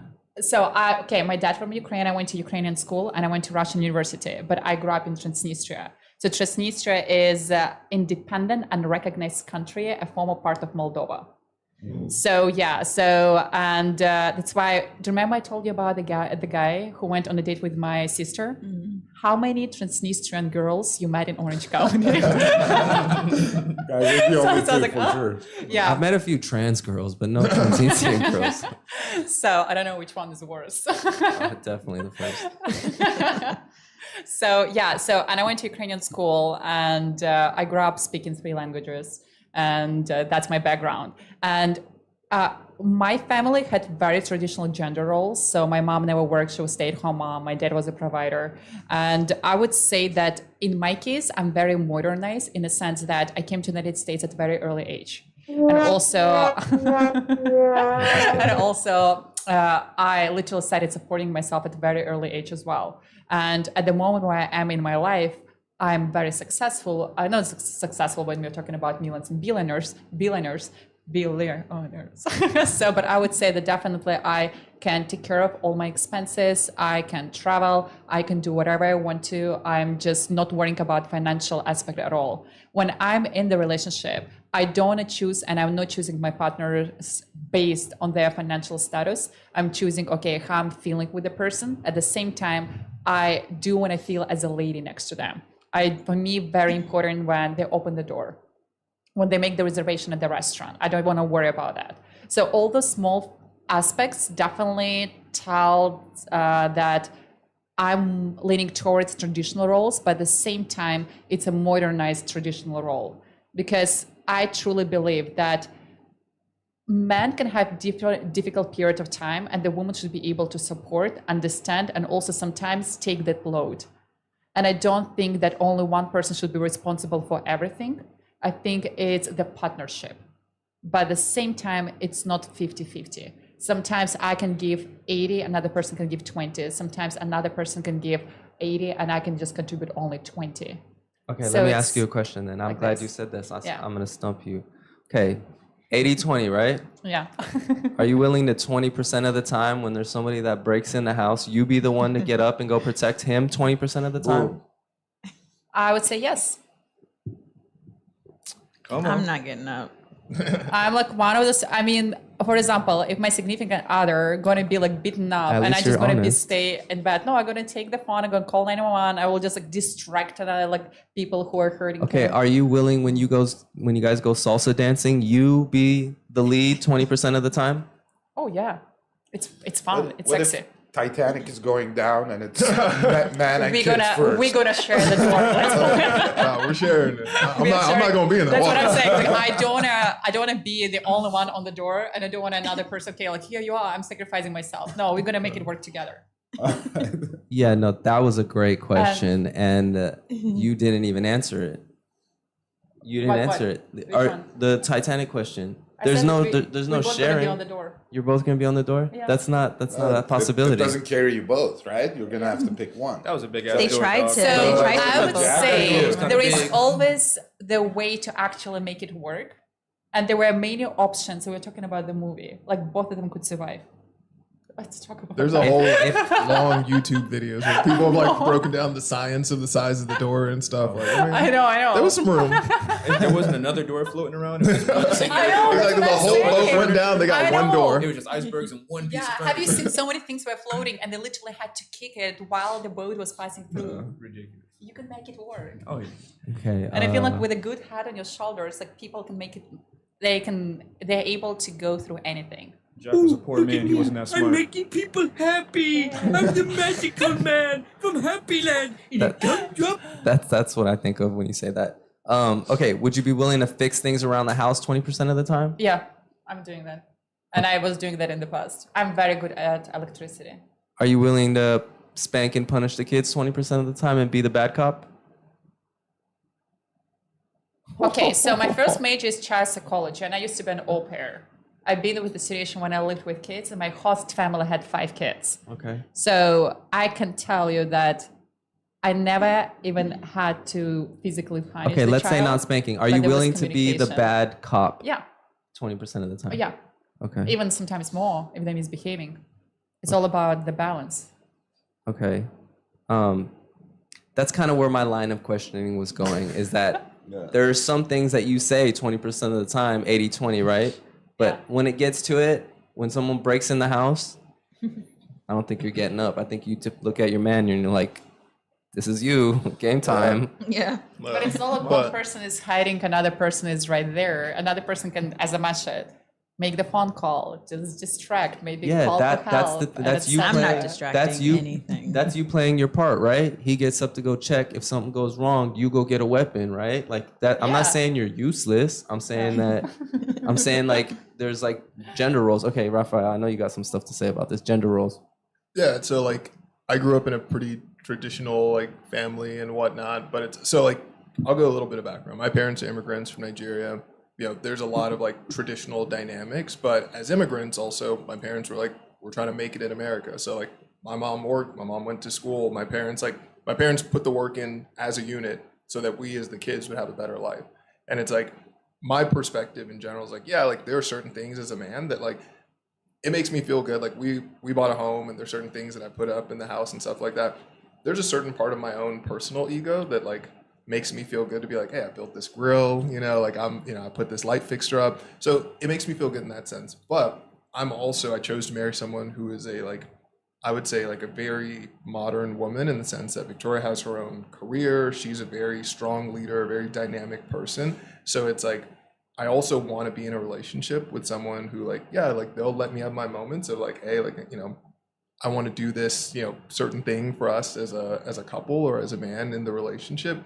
But at the same time, like, if like, I don't know, there are certain things that are like, I guess gender roles of like taking out the trash or something. There's like, they pick up our trash on Thursdays. There's times where I'm like, oh crap, like I was running late, something I'd already left.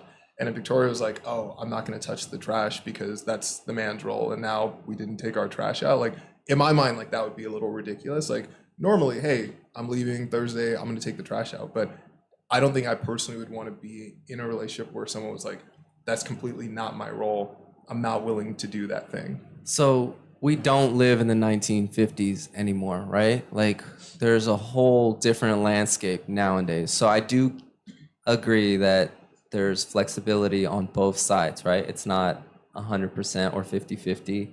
But how do you guys feel about the gender roles, Sir Cam? For me, it's everyone has their own roles, but it can, like for that example, taking the trash out, yes, we can both do it. But for example, my girlfriend has a really good sense of fashion and I have zero, right? So if she tells me that t-shirt looks good on you, I don't question that. That's your job. Thanks for telling me, right? And in other areas, like if protection is needed, that's me, of course. Security protection is all me. But I think when it comes to money, it has to be 50-50. That's how you take money out of the relationship, by going 50-50. I'm not saying like let's keep track of who's paying for dinner, but every now and then she'd be like, and she's a boss lady too, right? She works at EY as a manager, business consultant, tells CEOs how to run their businesses. She's a boss lady for sure. So sometimes she'll tell me, I'm taking you out to dinner tonight.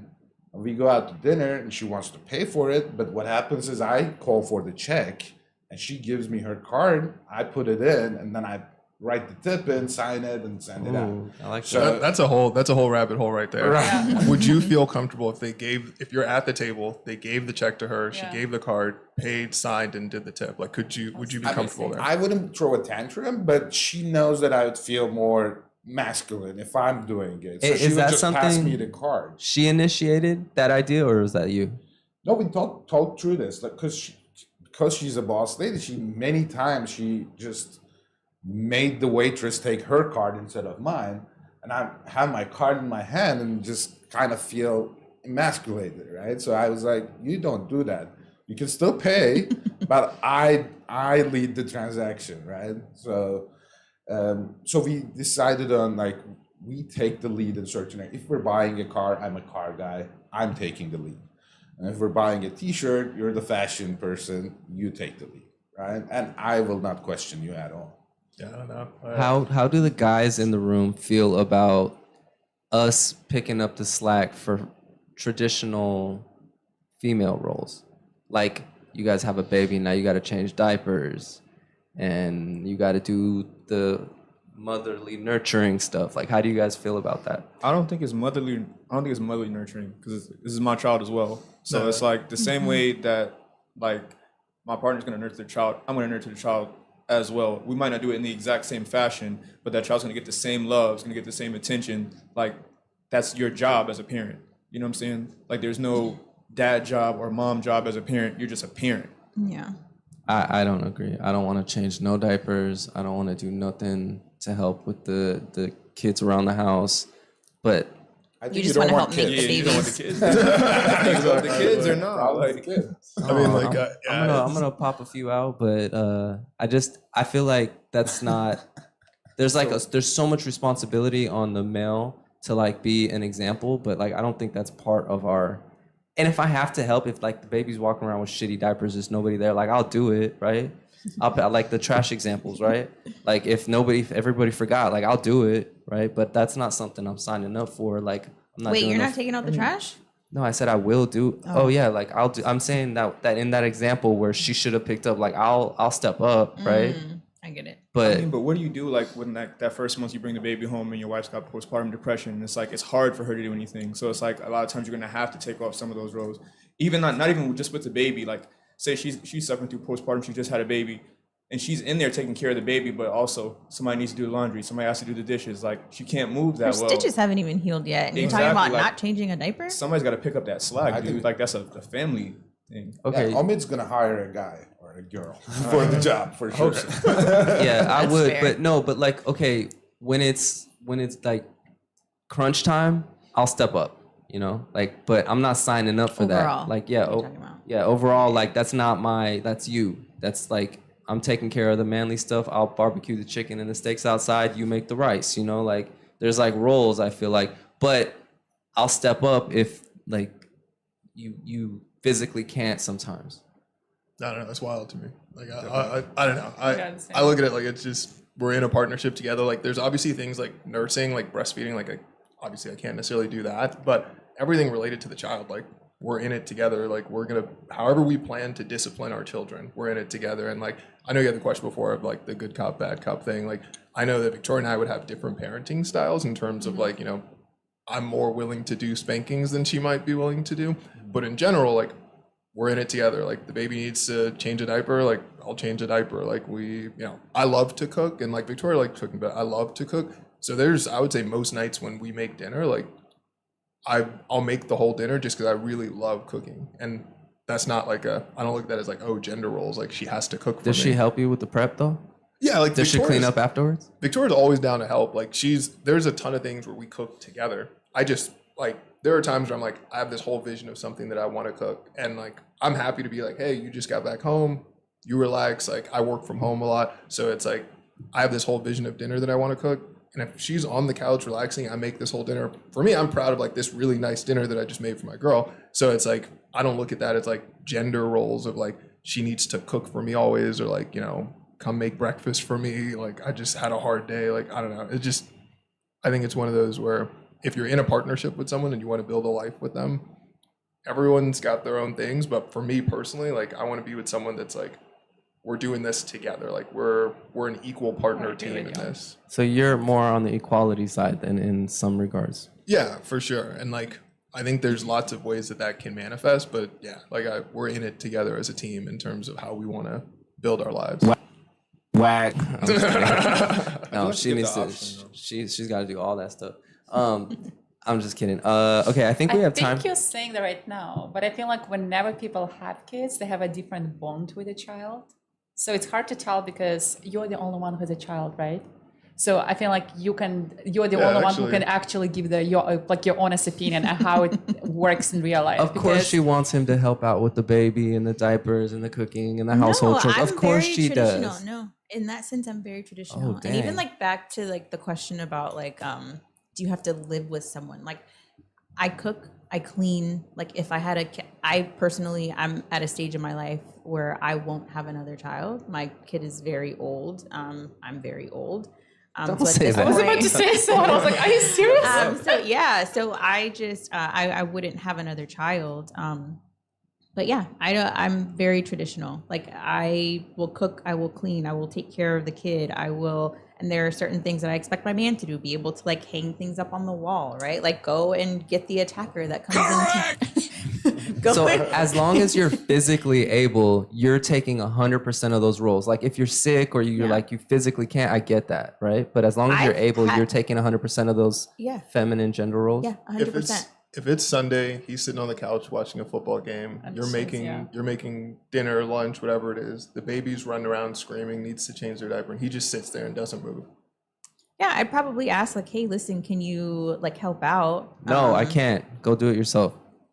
I'm just kidding. I get what you're saying. And I mean, I've never had a situation like that, but like typically like that's how it went. I don't mind that. Yeah. I think relationship is partnership. It's a contribution. Yeah. You know, sometimes you do more, sometimes you do less, and it's at the end of the day, it evens out. Yeah. Yeah, and if somebody needs help, I know that definitely. whenever I decide to have a child, definitely it's going to be the mutual decision, something what we are both going to like agree on. I know that I will have help in a sense of having like babysitter or somebody who's going to come here and there and have the dates night out. Because for me, like dating is important. I feel like people need to date through the entire life. I know that I don't have family members over here. And if, for example, he will not have any, definitely there should be a help from the side. And if, for example, he has family members who can help out here and there and just you can prioritize your relationship and focusing on yourself. Like I know that I personally will need it. Yeah, it's important. My mom lived with me for 9 months after I had my son. Oh, nice. I never one time got up with him in the middle of the night. So like, beautiful. That's what's up. Yeah. Yeah. Okay, so it's all a preference, I Yay. guess. Yeah, preference. All right, we got, I think, time for one more question. Would guys and girls rather be lied to about certain things? What kind of white lies or withholding of information is permitted? No, you can't lie. At What all. about withholding information? Just It omit it. depends on what the information is. I think like, and it goes back to, I think She was wild in bed, baby. Like my ex, you wish. Yeah, I don't want to hear Yeah, that. so some things are Yeah, permitted. something, Yeah. for sure. But like personality things that are about you, that have to do with who you are as like a person, like your integrity, like your morals, like don't lie about those things. Because I think, and you kind of alluded to this too, like for me to be with someone like and it go to like a sexual like place and like the relationship like kind of continue to move, like I want to talk to you and like and have like this emotional sort of like relationship first. Now you got me off track. Now I don't sorry. remember what I was gonna say. I was gonna land the plane, but now I can't. I don't even remember what we were talking about. The question was, would you rather be lied to about certain things? Oh yeah, no, you can't lie because then if you're not your true authentic self with me, I can't be my true authentic self with you. And there's no way that we can progress and move on because then 6 months down the line, I feel like I found out you lied to me. Now I'm questioning everything. And like that relationship is just, it's not repairable. Can anyone think of any other things that maybe withholding information would be beneficial? I would say say that it's not the example, but if, for example, you know that it's going to add stress to another person's life, and it's something what I would actually do to my like by myself, and I know that when it comes to the difficult situations, my approach is like I never really get like upset. I was like, oh my gosh, it happened to me. I was like, okay, no, like that's a problem. Let's fix it. We're okay. And I know that and now like my partner gonna be emotionally affected by certain things. I'll just not tell and maybe like present this information later when everything is good. Okay, so it's kind of to Michelle's point, portioning. you're right. You should be honest about mostly everything, but there are certain scenarios like if That's it's fair. gonna cause a lot of stress on the other person. Like, what if your girl came from work and some dude was giving her a hard time and just like made her life a living hell, right? There's nothing you could do about it, right? That's her career. So for her to come and share that with you, and like it's gonna it's gonna make your blood boil, right? Yes and no. I mean, I work in a corporate setting as well, so I know that things can get tough. Doesn't matter if you're a male or female, you're gonna get screamed at. I get screamed at all the time, and I scream at people all the time. But so is there it's kind certain of part things, of the game. Is there certain things that you rather not know about? Probably. I mean, it's a tough question. With my girlfriend right now, we have a rule: we don't lie at all to each other when we face the consequences of not lying, right? Sometimes you don't like what the person is telling you, right? You don't want to. I don't want to hear that she's getting hit on by multiple dudes on Instagram or whatever, but she would still tell me if it comes up, and we deal with it. Right now, that's the rule. But in my previous relationships, like I would hide that I went to Hooters, for example, from my wife. Oh my goodness. Right? And I just like the wings, honestly. I'm not trying to hook up with those girls. You're like, I'm here for the wings. Right. But I would still hide it because like it might make her upset a little bit or make her jealous. So, Just get them to but go. now I tell my girlfriend, I'm like, I went to Hooters. She's like, DoorDash that wings, shit, motherfucker. Exactly. Yeah. You're right. You see, I would say, for example, if somebody hit on me, right? And I know that it would upset my partner, I would never say anything. But if you honestly ask me, I know that I cannot lie. And it's literally written on my face. I'll be like, yeah, somebody approached me, but I like just said, okay, go ahead. Yeah, see, That's that's a preference to your partner too, because like some people don't want to hear that. Yeah. So it's like you know, for like That's a good point. if I tell my girl like, hey, this girl was hitting on me today, and I turned her down, she doesn't care if I turned her down or not. She doesn't want to hear that. Like, you know what I'm saying? So heard I the don't part, mention. Yeah, I don't somebody mention it hitting to you. her Yeah. because she doesn't. It's just that trust thing you have to have. There. Yeah, I agree. I don't think I want to know. I'm gonna be like, fucking tell me what's new. Like, you're beautiful. Obviously, that shit happens to you every day, you know. So, but like another scenario would be like, if the man he's got a really stressful job or stressful business or whatever, he doesn't need to come and emotionally pour all of that stress onto her, right? Like she's in happy land. She wants to hear about sunshine and butterflies and I don't know, rainbows. it depends on what kind of relationship I was you have. about to Like, say what kind of so. partner do you want? Like, if you want a partner that you separate your professional life from, then like you can choose that kind of partner. But if you know that like, hey, like I want to have a holistic partner where if I'm having a bad day, I'm having a tough time, and for all of us, you know, work is a huge part of your life. So if work is making your life shitty, I think you'd want to have a partner that you could share that with. I agree with you. And I feel like those conversations actually bring people together. Exactly. Because you understand another person's opinion and also personality and how they feel at that moment. Because, for example, if one of the partners had very bad day, at the end of the day, you know, like somebody is cheerful and happy and bubbly, another one just keeps it quiet and to them to himself or herself, you know, like, and then Yeah, the let person that gonna cheerful and bubbliness rub off on me. I don't but want you to know, think like about another this shit. thing, Right? I mean, all live another person together. gonna You're just think gonna that come yeah, home and is hide something that. wrong? Are we okay? Why he's not communicating? Why he's being quiet? Exactly. So you know, like, and they just okay, like let's just talk about that, and there might Just be give me a back argument. rub. We don't need to talk about it. Well, my question is, where's the line? Where's the line in between like I'm sharing my bad day and then I'm dumping on you? That's a good Yes. question. Oh, That's yeah. a really There's good That's what question. I'm got to be a line thinking. between like I'm dumping on you and then I'm dumping on you and I'm telling you about my day, because the transfer of energy is like a real thing. A lot of times you can be having a really good day and then someone just tells you about, oh man, my light bill is due and they took my kids and my car got towed. And by the time the conversation is over, you're like, damn, I really feel shitty. So it's like you got to find that good balance in between there, because you might be having a bad day, but also I wouldn't want my girl to feel bad because I came in there and just like complained to her about how bad everything was going. Like, and you know what I'm saying? Yeah, it's one of those where I always go back to like I think balance is important, but it also just depends on the type of relationship that you're in. Because like there are times where like Victoria's having a good day and like running a startup every day is stressful. Like most days are shitty. You're just trying to get your business to work. So it's like there are days where I'm like, okay, I'm just gonna like deal with this, and then Victoria and I are doing whatever. But it's like Victoria can read on me a lot of times when I'm in a shitty place. Like, and it's like she's the kind of partner that she's gonna come in and be like, tell me what's really going on so that we can move past this moment versus, hey, like you just try and hold that in and pretend that you're in a good mood. So like, I don't know. I think it just depends on the type of partner you're with. Right. Yeah, that's true. Like what capacity she has to understand your problems. Wait, are you asking or are you saying? No, I'm saying like if she's the type of person who she's also in that world, right? And she could understand to a certain extent, then that's okay, right? To share some of that stuff with her because she can give you some valuable like insight. Yeah, for sure. I mean, yeah.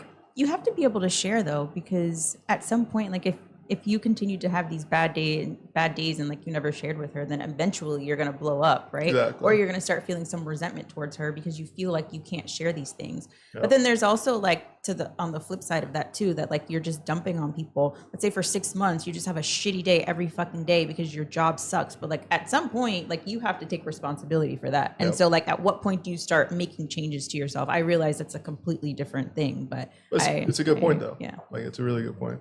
But I'm still standing by it. Like I'm not sharing no doubts with her. I'm not sharing the bad things with her. I No, just you want her to have her That's what happy. makes you guys stronger. I want her to have her happy, bubbly personality and just sense that, okay, he's not really doing that well right now. Let me go give him a back rub. But I don't need to tell her. No, she should sense that you're not feeling that well and then have a conversation with you about it so that you can talk through it. Because this is like, and this is not just someone if you're with someone that you're like, hey, I'm casually dating this person. Yeah, maybe you're not having those real conversations. Yeah. But if you're really with someone, if y'all live together, like, Yeah. I just couldn't imagine like, I go to work, I have a shitty day or wherever it is, and then your home is now, that's your sanctuary. Like that's the only place that you have to be able to release. And it's like, if you get home and you're like, I had a shitty day at work, I have to keep it to myself. And then I come home and now I need to keep it to myself. Like you're just gonna go fucking crazy. Like there's no way that Jump you off could the just balcony. have. Yeah, I mean, exactly. It's just. Oh, Come on, there'll I be guess a it lot depends more on- shitty days, trust me. What kind of person you are too, because like sometimes it's like I'll have a shitty day and it's something I just really don't want to talk about. So it's like for sure. don't Yeah. bug me about it. Like if I'm like Yeah. I'll come back and I'm like I'm a little bit perturbed, but I'm like nah, I'm cool. But it's like no, something's wrong. Something's got to be wrong. Tell me what's wrong. And it's like all right, now I'm annoyed because like Yeah. I'm Yeah. trying to like let it go. Like I'm trying to have it not affect me at home, but now you're kind of bugging me about it. So now I'm, you know what I'm saying? So No, that's a good point. And that goes back to the dynamic with your partner. Because like being able to say like, hey, this is something I need to just like manage on my own. And they respect that. Like having a partner who can understand those things. Like some things are conversations and sometimes people just need to internalize, manage it and like go through their own process. So let me ask you, if your startup was like about to just take a dive for the worst, right? And it's like the most stressful time of your life. Are you coming home every day and telling her like, oh, today it's getting worse, today it's getting worse and this and that? Or are you going to internalize some of that? Yeah, I mean, like there's just management and balance of things. Like if I have a shitty day, I don't need to, it's like anything. Like when you give an update, like even the concept of news in general is like what's new. So like if every day is the same thing, like, hey, like it's a hard day, you might share that today, but I don't need to come home every single day and say like the same thing. So it's one of those where it's just balance. Like there are times where there's relevant things to bring up to her, and like there are times where you just manage it on your own and you keep moving forward. Yeah. And I think a startup is really different from work point of view. I work for a big tech company, right? So if my day goes bad, I just close my laptop and just next day I go back to work, right? Yep. So it's not really who I am, but the startup, your company is part of who you are, kind of. Exactly. right? Yeah. It's So- like I couldn't be with a partner who didn't understand that, because it's like when you're building a company, I've put all of my life into making this happen. So like every day I feel Essentially, the she weight. puts part of her life into it too. Exactly. Like Yeah. she's bought into the fact that like this is Yeah. the mission. Like our future, our kids, our home is all built into this vision working out. So it's like she's on that rocket with me. Right. But if you aren't a partner who wants that, like, and this is not to just derail us, but it's like to that point, it's just very different. Like there are some people like, if I wanted to just have like, I could have stayed at Google, rode that all of my career. We could have had a very like, hey, we're travel all the time. We're having fun. Like life is easy. And like, I just, clock in and out of what I'm doing at Google. And it's like, that's a very different lifestyle than being like, hey, I'm going to bet all of my future on this idea. And if it works out, we're going to have this golden magical life. But it means that for the next, like at least 5 or 6 years, we're going to make a lot of sacrifices for this dream to happen. And like, it takes a very specific type of partner to say, I'm willing, like whether it's a business or you're pursuing music or something in entertainment, whatever it is, you want to open a restaurant, you need a partner who's willing to be on that journey with you. Right. I get what you're saying. You're saying that if you are in a situation like that where you're taking a big risk, you need a woman that is on your level intellectually and emotionally so that you can kind of rely on her. I don't know they have to be on the same, like ideally, yes, but they don't necessarily have to be on the same level intellectually. They just have to be prepared for the life that we are pursuing. Because if you're someone, if Victoria was someone who's like, I need us to go fancy restaurant every night, we need to travel every 2 weeks, we need to whatever, I couldn't give her that life right now because I have to put so much of myself into the business. Yeah. So it's like, it's just those kind of things, like being prepared for the life you want to have with that partner. I'm going to stop this at 2 hours. So it's in 2, 1, 0. All right, you guys.